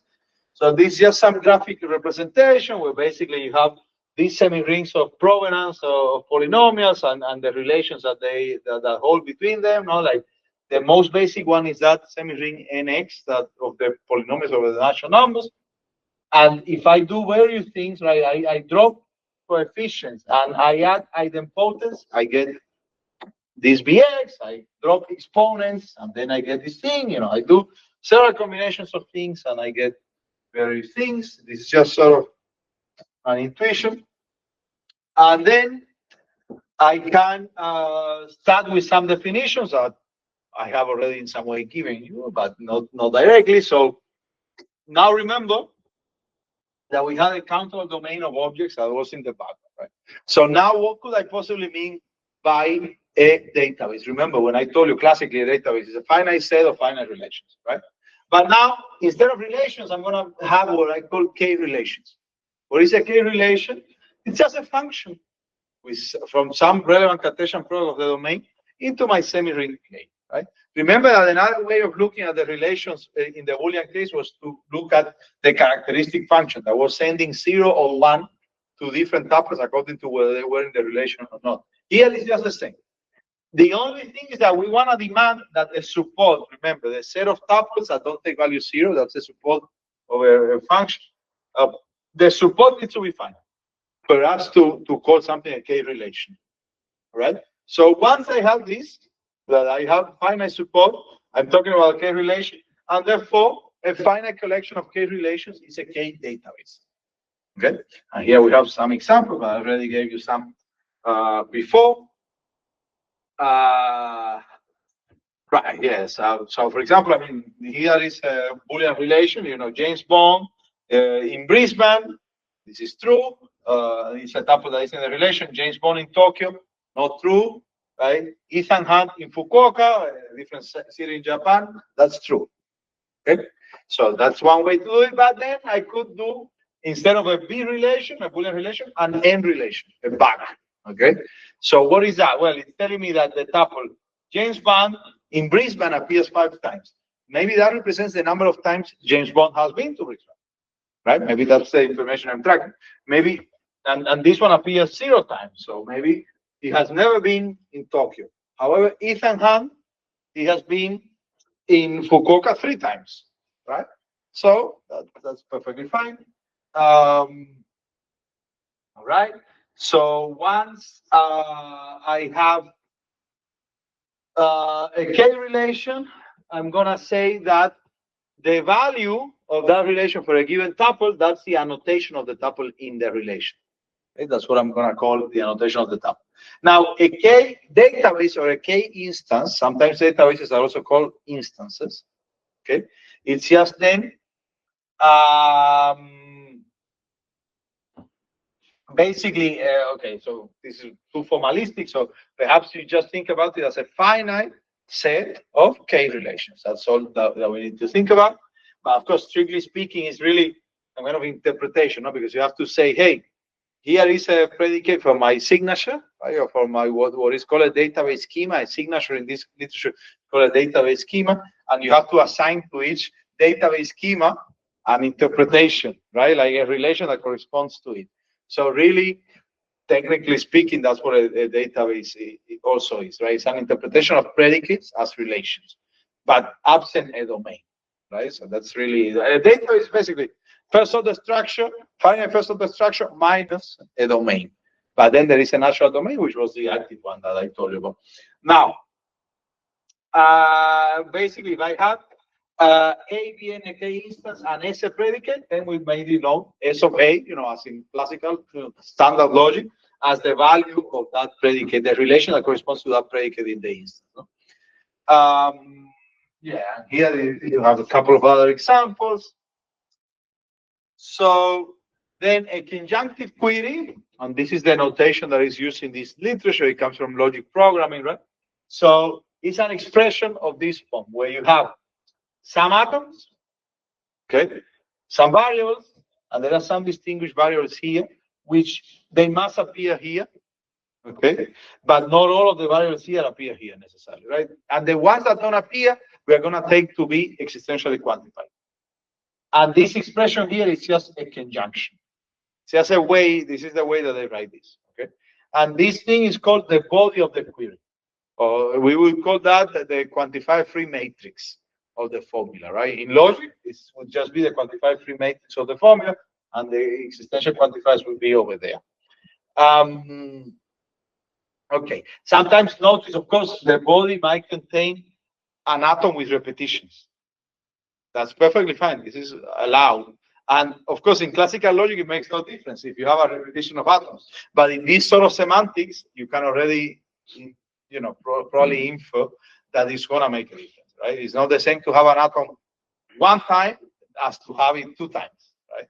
So in particular, in that case of back semantics, then that will mean that the value of my multiplication, you know, might be something else. Now I have the thing a few more times, right?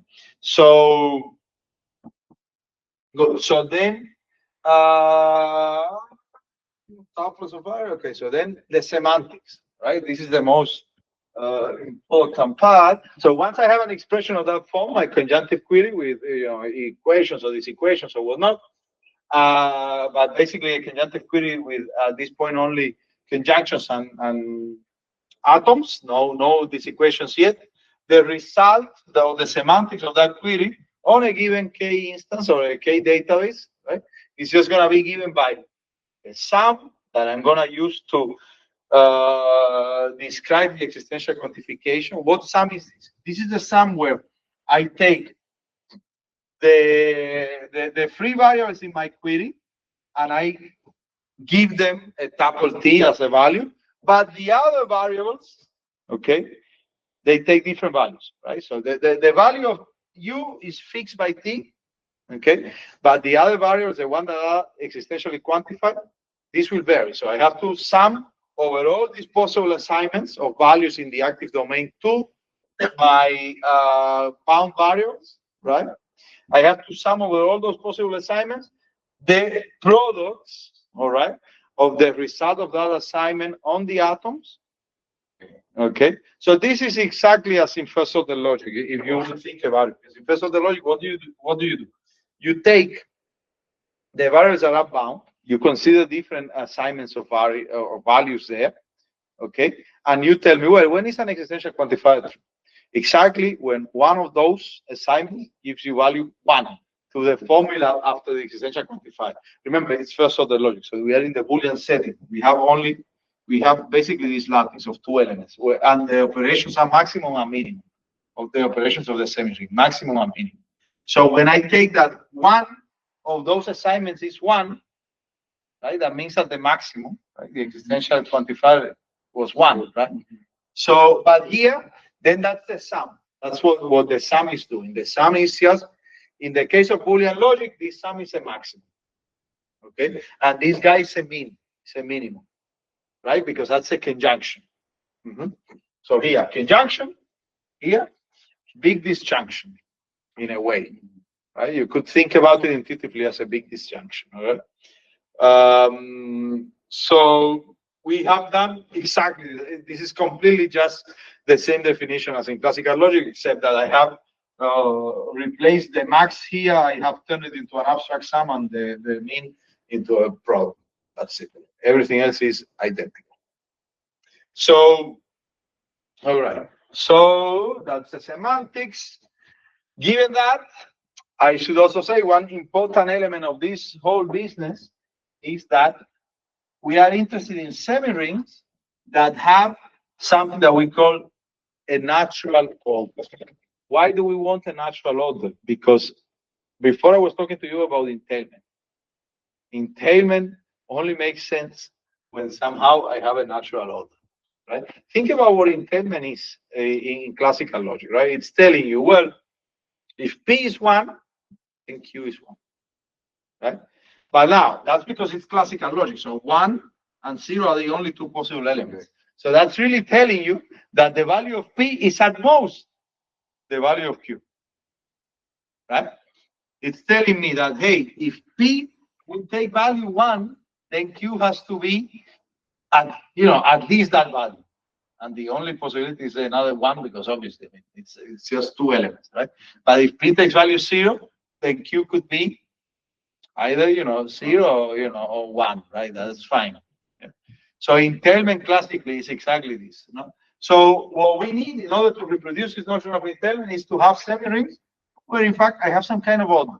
Now the order here is defined a little bit differently, but it's not really different at all. It's entirely the same as in classical logic. What does the order? But the order is defined using this intuition from the natural number. So what does it say?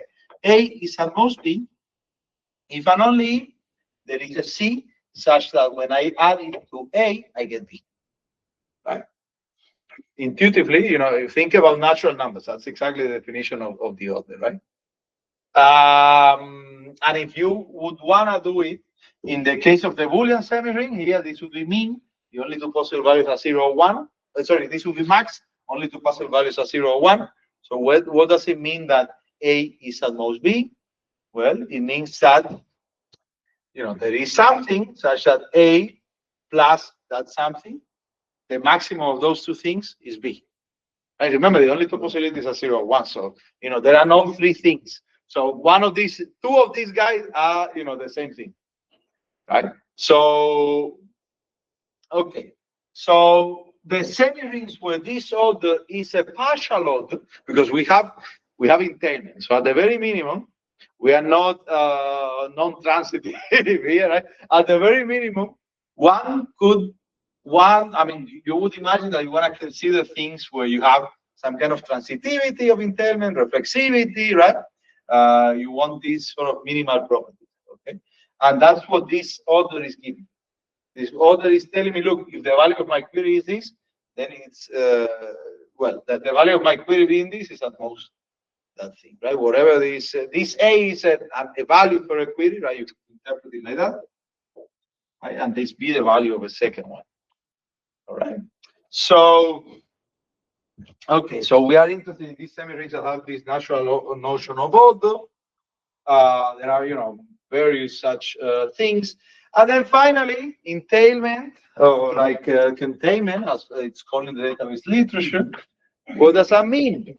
It's telling you, well, look, if I have a naturally ordered semiring, I have two relations. I will say that the first relation is contained in the second one if the value that the first relation gives to any t is at most the value that the second relation gives to that same t.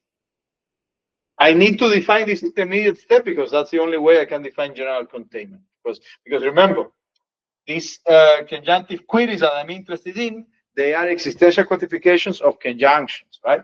But the conjunctions themselves, they take care of, they have atoms. The constituting parts of the conjunctions are atoms, right? Or the conjuncts are atoms of some sort.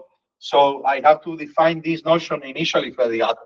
What does it mean for an atom to contain another atom? That's what it means, basically. Okay, so yeah, so then here, when I look at this, basically containment means that for all tuples, okay, when I look at the value of my query P applied to a particular tuple, right? So what is the value of my query P when I put that tuple in the free variables of the query? That must be at most the value of the query Q on any database, right? So that's entailment. So I look at a database, I try to check entailment within that database, right? So I have already, in a way, described that. All right, so now what we do here, we extend this language and we allow the presence of equations of this equation, right? When I do that, remember, my equations of these equations only take value 0 or 1 in any semiring. They're completely Boolean in that sense. I will say that the queries are safe if the only variables allowed are those in the active domain of the query. Okay, so that what that means is that I don't want to allow any variables that basically, like I don't want to add, if I had a query of the form, there is an x, r, x, y, okay? X and y. Sorry, x and y, okay? I don't want to allow the possibility of me adding something like, you know, and X is identical to Z. I don't know. What is that set?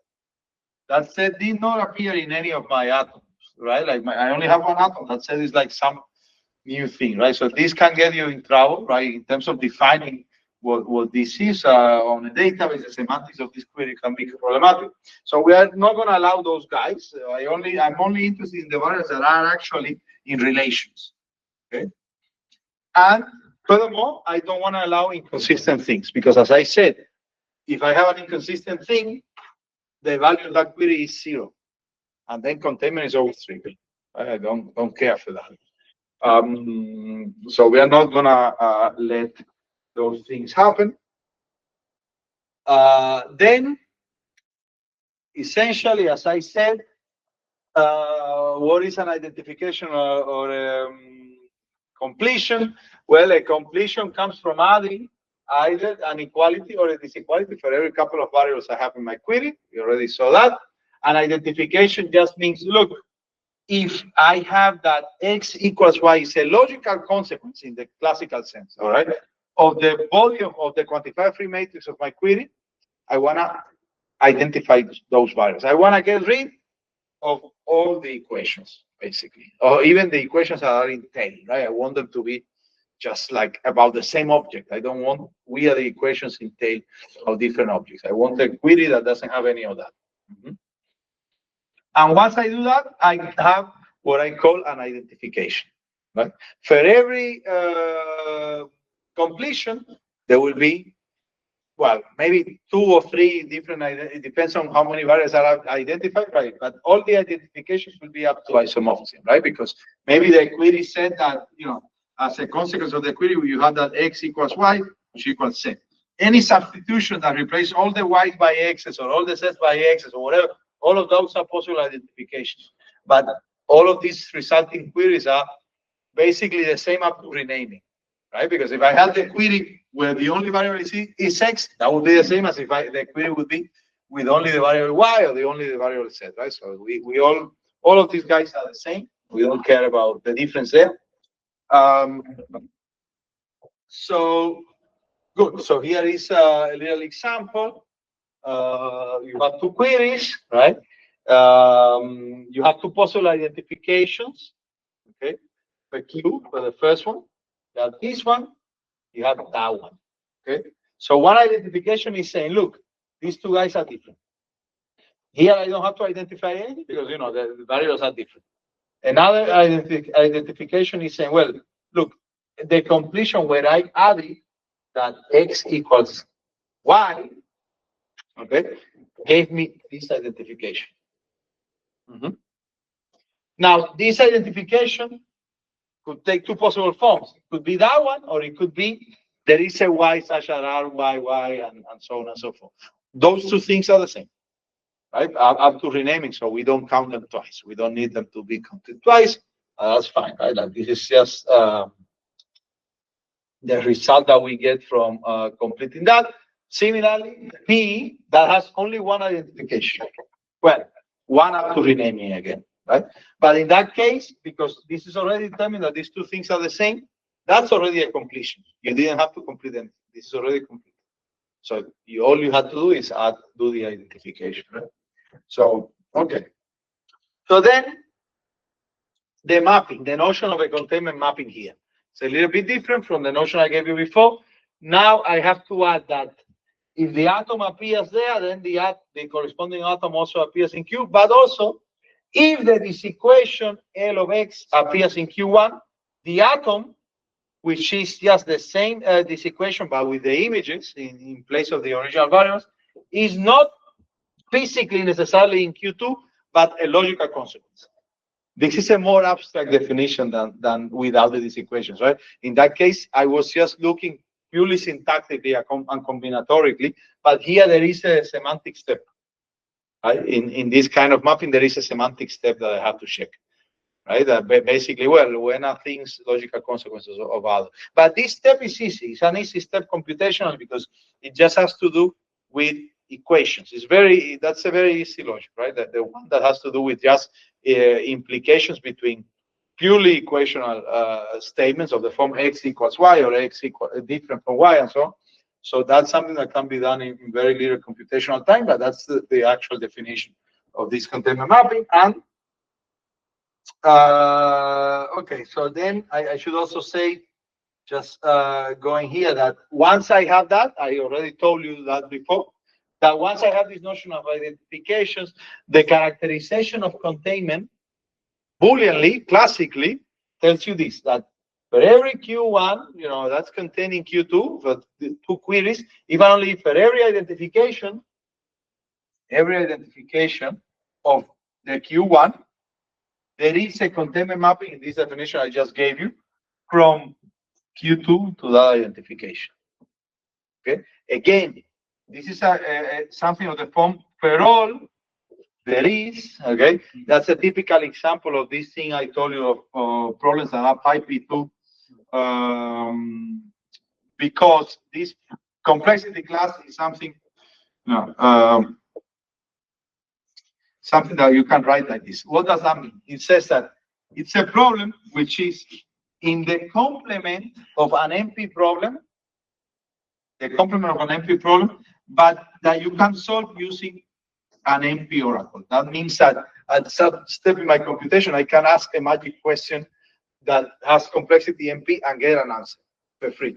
And co-NP just means that, because this is saying something about all, right? Co-NP is precisely about things that are of the form all, right? Because co-NP says, in NP, you would ask the question, is there one? In the complement of is there one question, what do you have? Is it the case for all, right?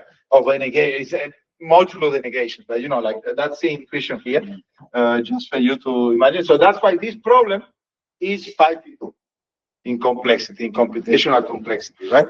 And I should say then, that's just a classical case, I should say that the kind of mappings that we are going to be looking at are a little bit more sophisticated, because we need things that are stronger for the kind of semi-rings that we are looking at. We need things that are, except for the case of the fields with lattices, which is exactly the same as the classical, we need things that are a little bit stronger. And for example, we are going to consider mappings that are one-to-one or injective, but not injective in the usual sense that you are used to. Injective for relational atoms, which means that the multi-set of images of atoms of Q1, right? Now remember, Q1 can have repetitions of atoms, right? Like the same atom can appear 3, 5, whatever number of times. In classical logic, it makes no difference. Here, it makes all the difference in the world, all right? So now what I want to say is that, look, the multi-set of images of those atoms, according to my containment mapping, has to be multi-set contained, all right, in the relational atoms of Q2. That's what I'm going to say. That's when I'm going to say that the mapping is one-to-one or injective, okay? So, and I should also clarify that here I'm talking about mappings that go from Q1 to Q2, all right? From Q1 to Q2. And so this mapping goes from Q1 to Q2. And then I'm saying, look, the images of Q1 needs to be contained as a multiset in the images of Q2. That is, Q2 cannot have as fewer things, in fewer multiplicity than the things appearing in Q1. That's intuitively what's going on, right? Like the multiplicity of the things here, of the atoms, cannot be smaller than the multiplicity of the atoms as they appear in Q1. All right, so that's the intuition. Now, surjective. This is another notion of subjectivity. It entails the usual notion of subjectivity. Okay, so I'm going to say that the mapping is surjective for relational atoms if the multiset of relational atoms of Q2 is equal to the multiset of images of atoms of Q1. Okay, basically. Sorry, not equal. It's at most. Yeah, it should not say equal. Yeah, it's less than or equal to. Yeah, the multiset of images of atoms of Q1.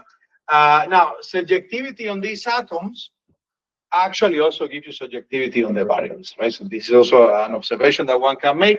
And I'm going to say that the mapping is exact if it is both injective and subjective on atoms. Okay. That's another thing. And once I have that clarification, I will skip this because it's a technicality about the proof. I'm not gonna tell you about that. Then, okay, so the first thing I can observe is that, look, for distributive lattices, containment is exactly the same as the classical containment for the Boolean case. Nothing has changed. So complexity again, that means complexity here has been pi p2 because it was pi p2 for the classical case, and the characterization is the same, stays pi p2. All right. Now, what about a different case? What about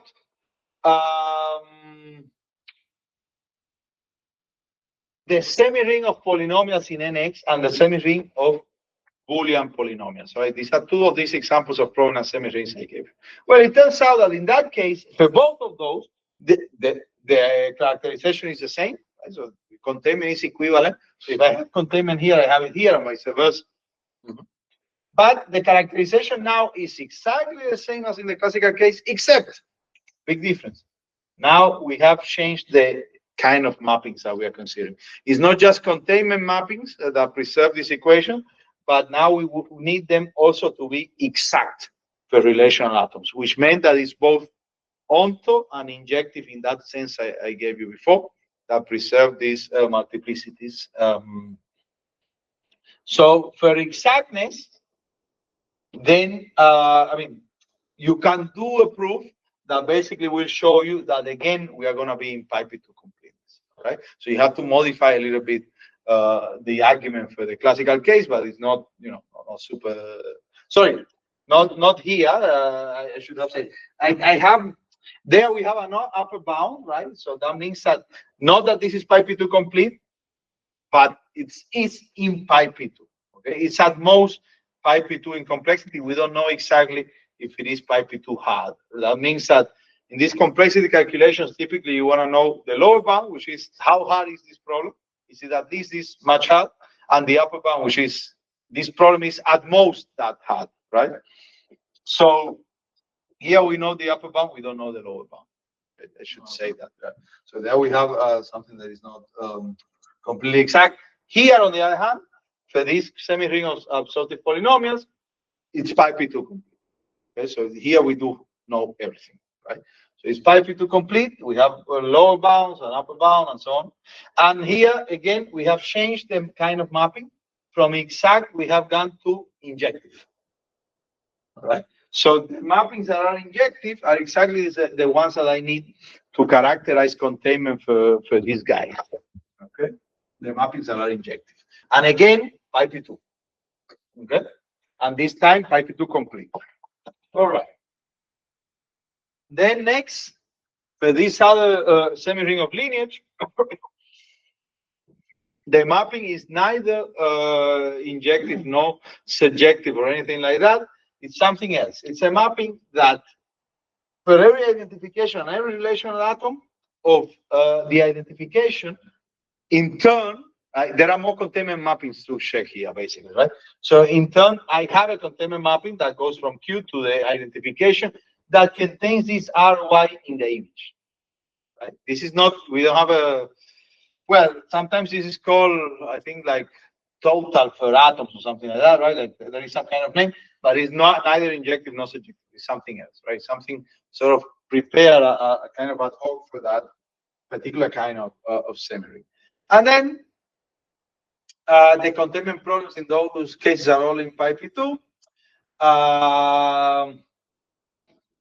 I should, oh, wait a second. There is one that we are missing here, exact for relational atoms.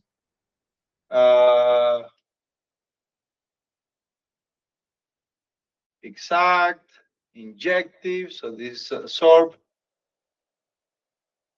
Onto, yeah, this is the one that I skipped. Yeah.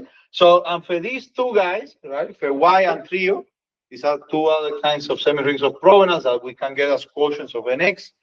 Well, we have that the characterization tells us that for every identification, there is a containment mapping that goes from Q to that identification, which is onto the relational atoms, right? So, and again, complexity here is pi p2 complete. We have both lower bounds and upper bounds in this case, right? So the key takeaway is just, look, depending on which semi-ring I am in, I need a special kind of containment mapping, right? And basically the same structures or the same form of the classical statement of the characterization holds once I find the right kind of mapping. And then finally, just to summarize that, right? Like this is what we have, that we have all of these problems in PyP2. In some cases, we have PyP2 completeness. And what are the next steps or next questions that one can ask? And we have answers to these things as well. But this is different talk. Well, we could ask about these results also for unions of conjunctive queries with equations and disequations. Okay. And turns out that the complexity stays in the same realm, more or less. I mean, there are some exceptions where it goes beyond that. It's more complicated than PyP2, well, principle. And we could add negated atoms. This is the most interesting thing, perhaps, right? Like instead of this equation, I could add negated atoms and study there what is the situation. It turns out that I could tell you, all right, I have only 2 minutes, but I could tell you in a nutshell that for a certain proposal of how to add these negated atoms, which was made by my co-author Paul Tanning and another colleague, Eric Gredel from Aachen in Germany, for a certain proposal that they made of how to interpret this negation, where basically they said, look, what about if I take, to interpret these negations, what about if I take a mapping, tau, or pi, that goes from the literals, okay, from the literals in my language, right, in my, let's say, my database, okay, the database where this is the A is the active domain. So it's all the literals that take basically relations and elements from the active domain, and we have to give values, right? The literal means that it can be an atom or a negation of an atom, right? That's the literal. And I want to give a value in the semi-ring to each atom and to each negation of an atom. Okay, so this, they call it an interpretation. An interpretation is just a mapping that tells you, hey, literals take this value. They need not satisfy many conditions. The condition that they demand in general that they satisfy, but this depends on the case, is that they want exactly one of these guys to be 0. So if I have an atom or the negation of that atom, I want exactly one of them to get value 0. Not both, not neither, exactly one of them to get value 0. Okay, because this is an intuition that just comes from looking at classical logic, right? And in that situation, that's the case, right? Exactly one of them take value 0. The 0 is a thing that plays the same role in every semi-ring as it plays in classical logic, in the sense that in every semi-ring, which is naturally ordered, in the sense that it's the bottom of the semi-ring is the thing that is smaller than everything else. One doesn't have that property. There will be semi-rings where one is not the top. For example, a semi-ring of natural numbers, right? One is definitely not the top. Okay, this is nothing. But 0 is definitely the bottom. It continues to be the bottom, right? So they thought, well, look, because 0 continues to be the bottom in all of these places, maybe we want to preserve that property, right? Because you want that things that are absolutely false, you know, like, or the intuition that at least one thing will be absolutely false, you maybe want to have that intuition around, right? But this is only in some semi-rings. In other semi-rings, they don't necessarily consider this intuition. Like they consider things that are a little bit more general, but that changes. But my point is that once you do this and you take this approach of interpretations of assigning values to literals, turns out that the complexity of containment remains the same as in the case of semi-rings other than the Boolean. Okay, the Boolean semi-ring is a different thing, but in the case of semi-rings other than the Boolean, and in the case of these interpretations that do this thing for the 0 and some other prominent cases that they suggest, the complexity remains exactly the same as without the negations. It's all NP. It's all NP, right? The complexity of containment continues to be NP, like without the negations. In the Boolean case, the complexity is PyP2. like in the case with these equations, which is a very interesting contrast. All right, but one result, for example, that we have says that if you just look at distributive lattices, the only case where you have, and you look at these interpretations that say exactly one of these guys, of these literals needs to be 0, right? Like either the literal or the negation of the literal. Well, the only semi-ring from these boundary distributive lattices where the complexity is pi p2 is a Boolean one. In every other case, once I have a third element of any kind, the complexity then drops to MP for these negation things, right? So you can get a characterization that doesn't involve any of the complexities that you need for the Boolean case, right? Which is quite peculiar, to say the least, right? That then really the Boolean case is the hard one, whereas all the other cases are quite easy to check. Maybe that just speaks to the fact that obviously in the Boolean case you have more entailments, no, than in the other cases. Maybe in the other cases, in general, there are too few entailments, right?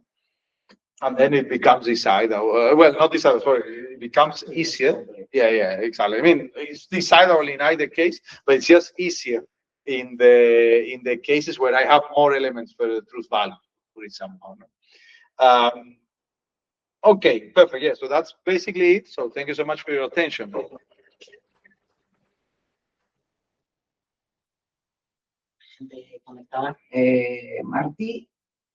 Marty, just in case they want to make a question. Martina? No, I don't have questions. I have a very super naive question. Yeah, go ahead. Yeah. Because I just managed to get some bits of you did an incredible job explaining all this. Thank you. I mean, some feet are really. Yeah. So the polynomial hierarchy. Of course, no. This is more sophisticated. Don't worry. But a super naive question, just in case it is something you think is worth exploring. Mm.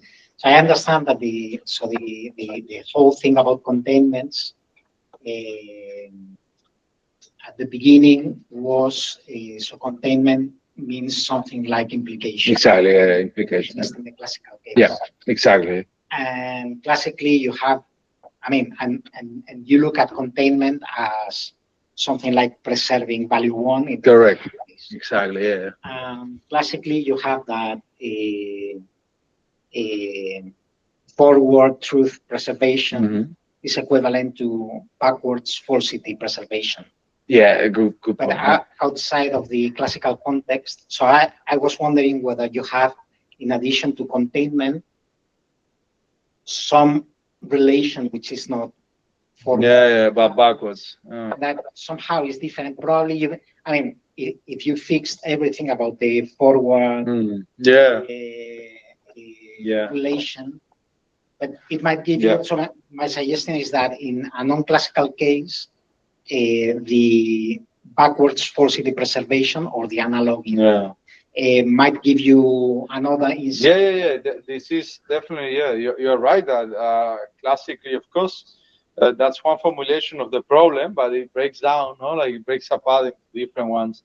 What would it mean? Yeah, in a way, that's interesting, because in a way, you see, like I was saying before, that the 0 is the constant thing here, really, right? The 0 is basically the one thing that you keep. False, absolute falsehood is the one thing that you keep in every semi-ring, even though you might lose absolute truth, right? One might go away.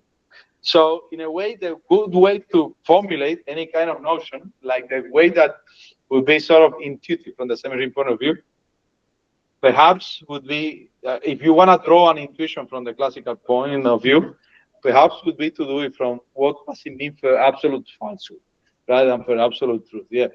And I mean, you would say that,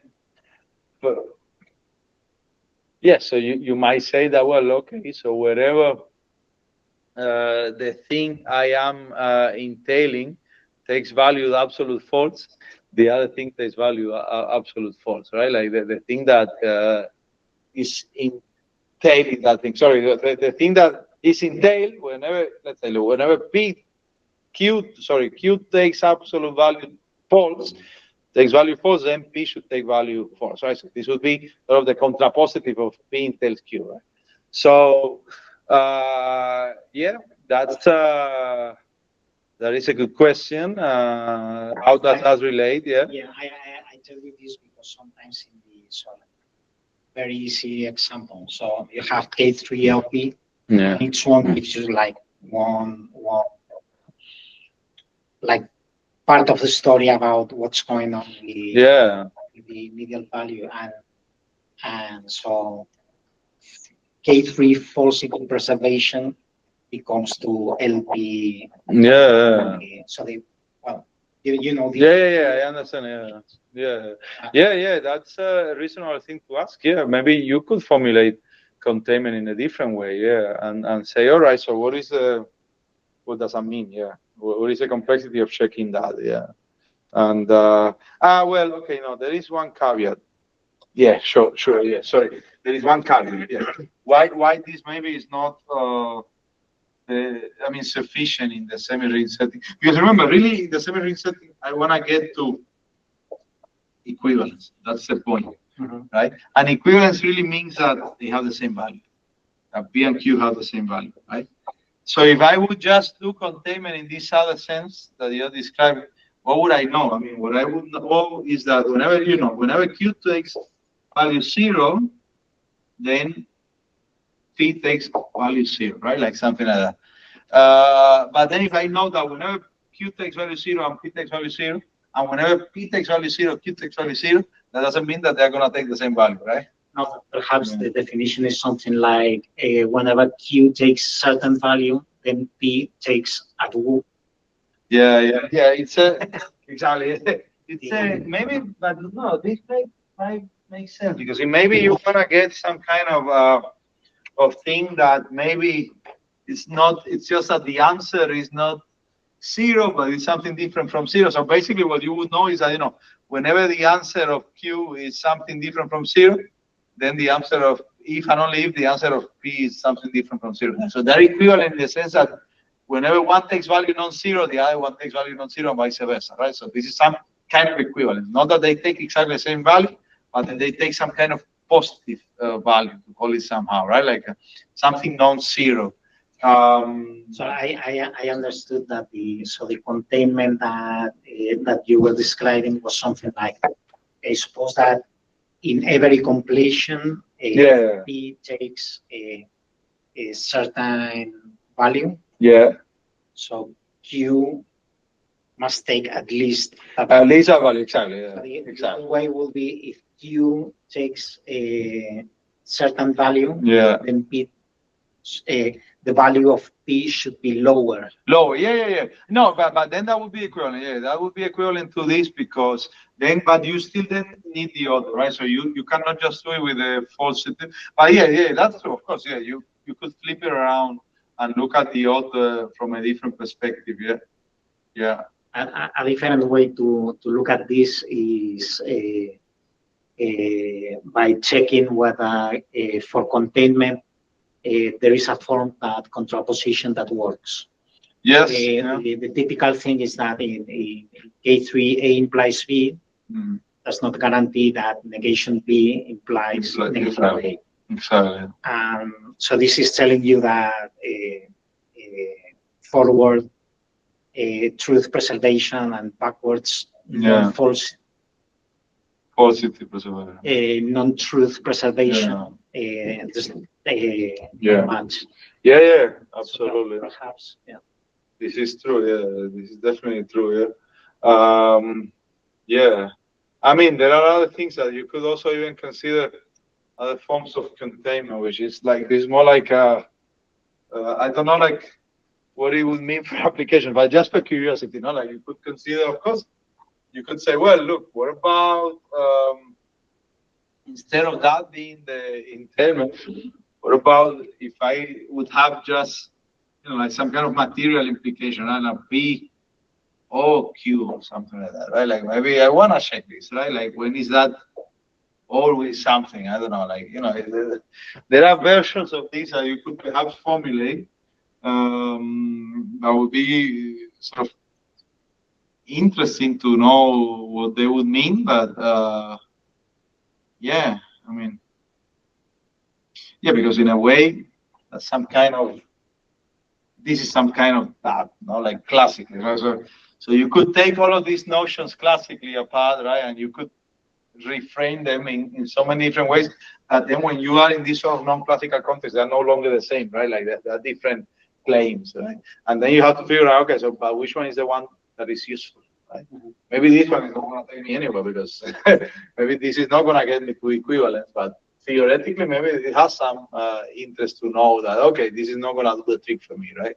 So, yeah, I mean, definitely. There are many variations that you can possibly do and yeah, and ask the question. But yeah, it's an interesting question.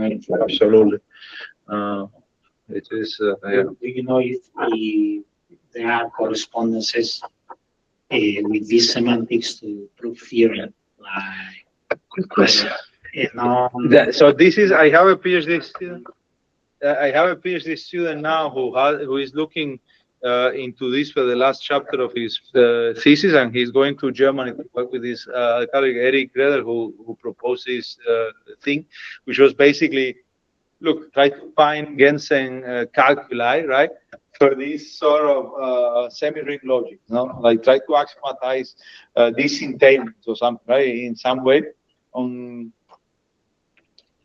It's difficult. And sometimes it's probably not even in some semi-rings.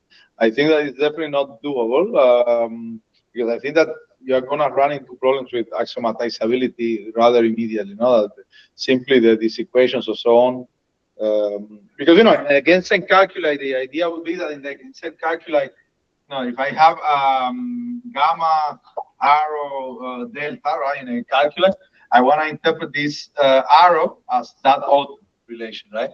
And then this gamma, okay, so we think how maybe the gamma is going to be interpreted by a big product, okay, of all the things that are inside, and this guy by a big sum or something, right? So maybe it's something like this. And then the question is, oh, is there a system that captures all of these things? But the challenge, the big challenge in reality is that, remember, these semi-rings are fixed. Right? So you have one fixed semi-ring, and you want to understand the logic of that fixed semi-ring. The normal tools that you have in algebraic logic, they don't assume that you have a fixed thing. You assume that you have a class of algebras that all sort of look similar, right? Or that they satisfy a certain series of axioms, right? And then you do things over that class of algebra. Here I cannot change the algebra, and that creates a lot of obstacles for completeness proofs and things like that. So that's yeah, that's a good topic here, and it's a difficult one. This is what I can say at the moment. My student has very preliminary results, but yeah, there is no systematic theory or anything like that. And the Gensen systems, they will look ugly. Let me put it like that. They are not gonna be easy things. connections to modal semantics. To modal semantics, I mean, they in the sense that you mean like giving modal semantics for modal logic in this. Yeah, so I had another student that looked into the same student. I mean, one indirect way could be whether you can make some match with some better known modal semantics. Yeah. And then out of it extract a tableau.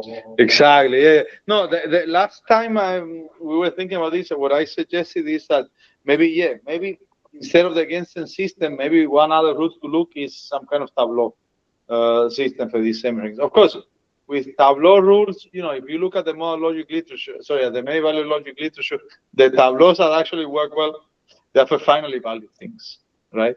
So once you are no longer in the realm of finally valued things, it's not so clear. And the ones for finally valued things are not even that pretty, right? Because they're quite brute force at some point. So, you know, like fitting, there is a paper like fitting modal intuitionistic logic or something for tableau for this, no? I know a paper, I think it's Walter Carnielli, back in the 80s. on how to, out of a many-valued but finite semantics, extract a Tableau system. But it's super brute force, and it gives you mega ugly results. Then you can find the rules. Yeah, I think that probably this has been discovered a number of times, you know, like because there are several papers about this by different people, you know, and different communities and so. But the prettiest one I have seen is this one by fitting, right? Which is that's modal logic, but with intuitionistic underlying logic. So it's on distributive lattices, right? But then again, he uses certain special features of distributive lattices that makes life easier for him. That doesn't apply in a general many value setting, right? So it's unclear. It looks like for this kind of framework, more of a brute force approach, what you could do, but then, yeah, how pretty it is, who knows? Yeah, it would be nicer perhaps to have against a calculus, but they also look quite non-standard. Let me put it like that. But we know this is the business. No? Like, it's gonna get ugly before it gets prettier.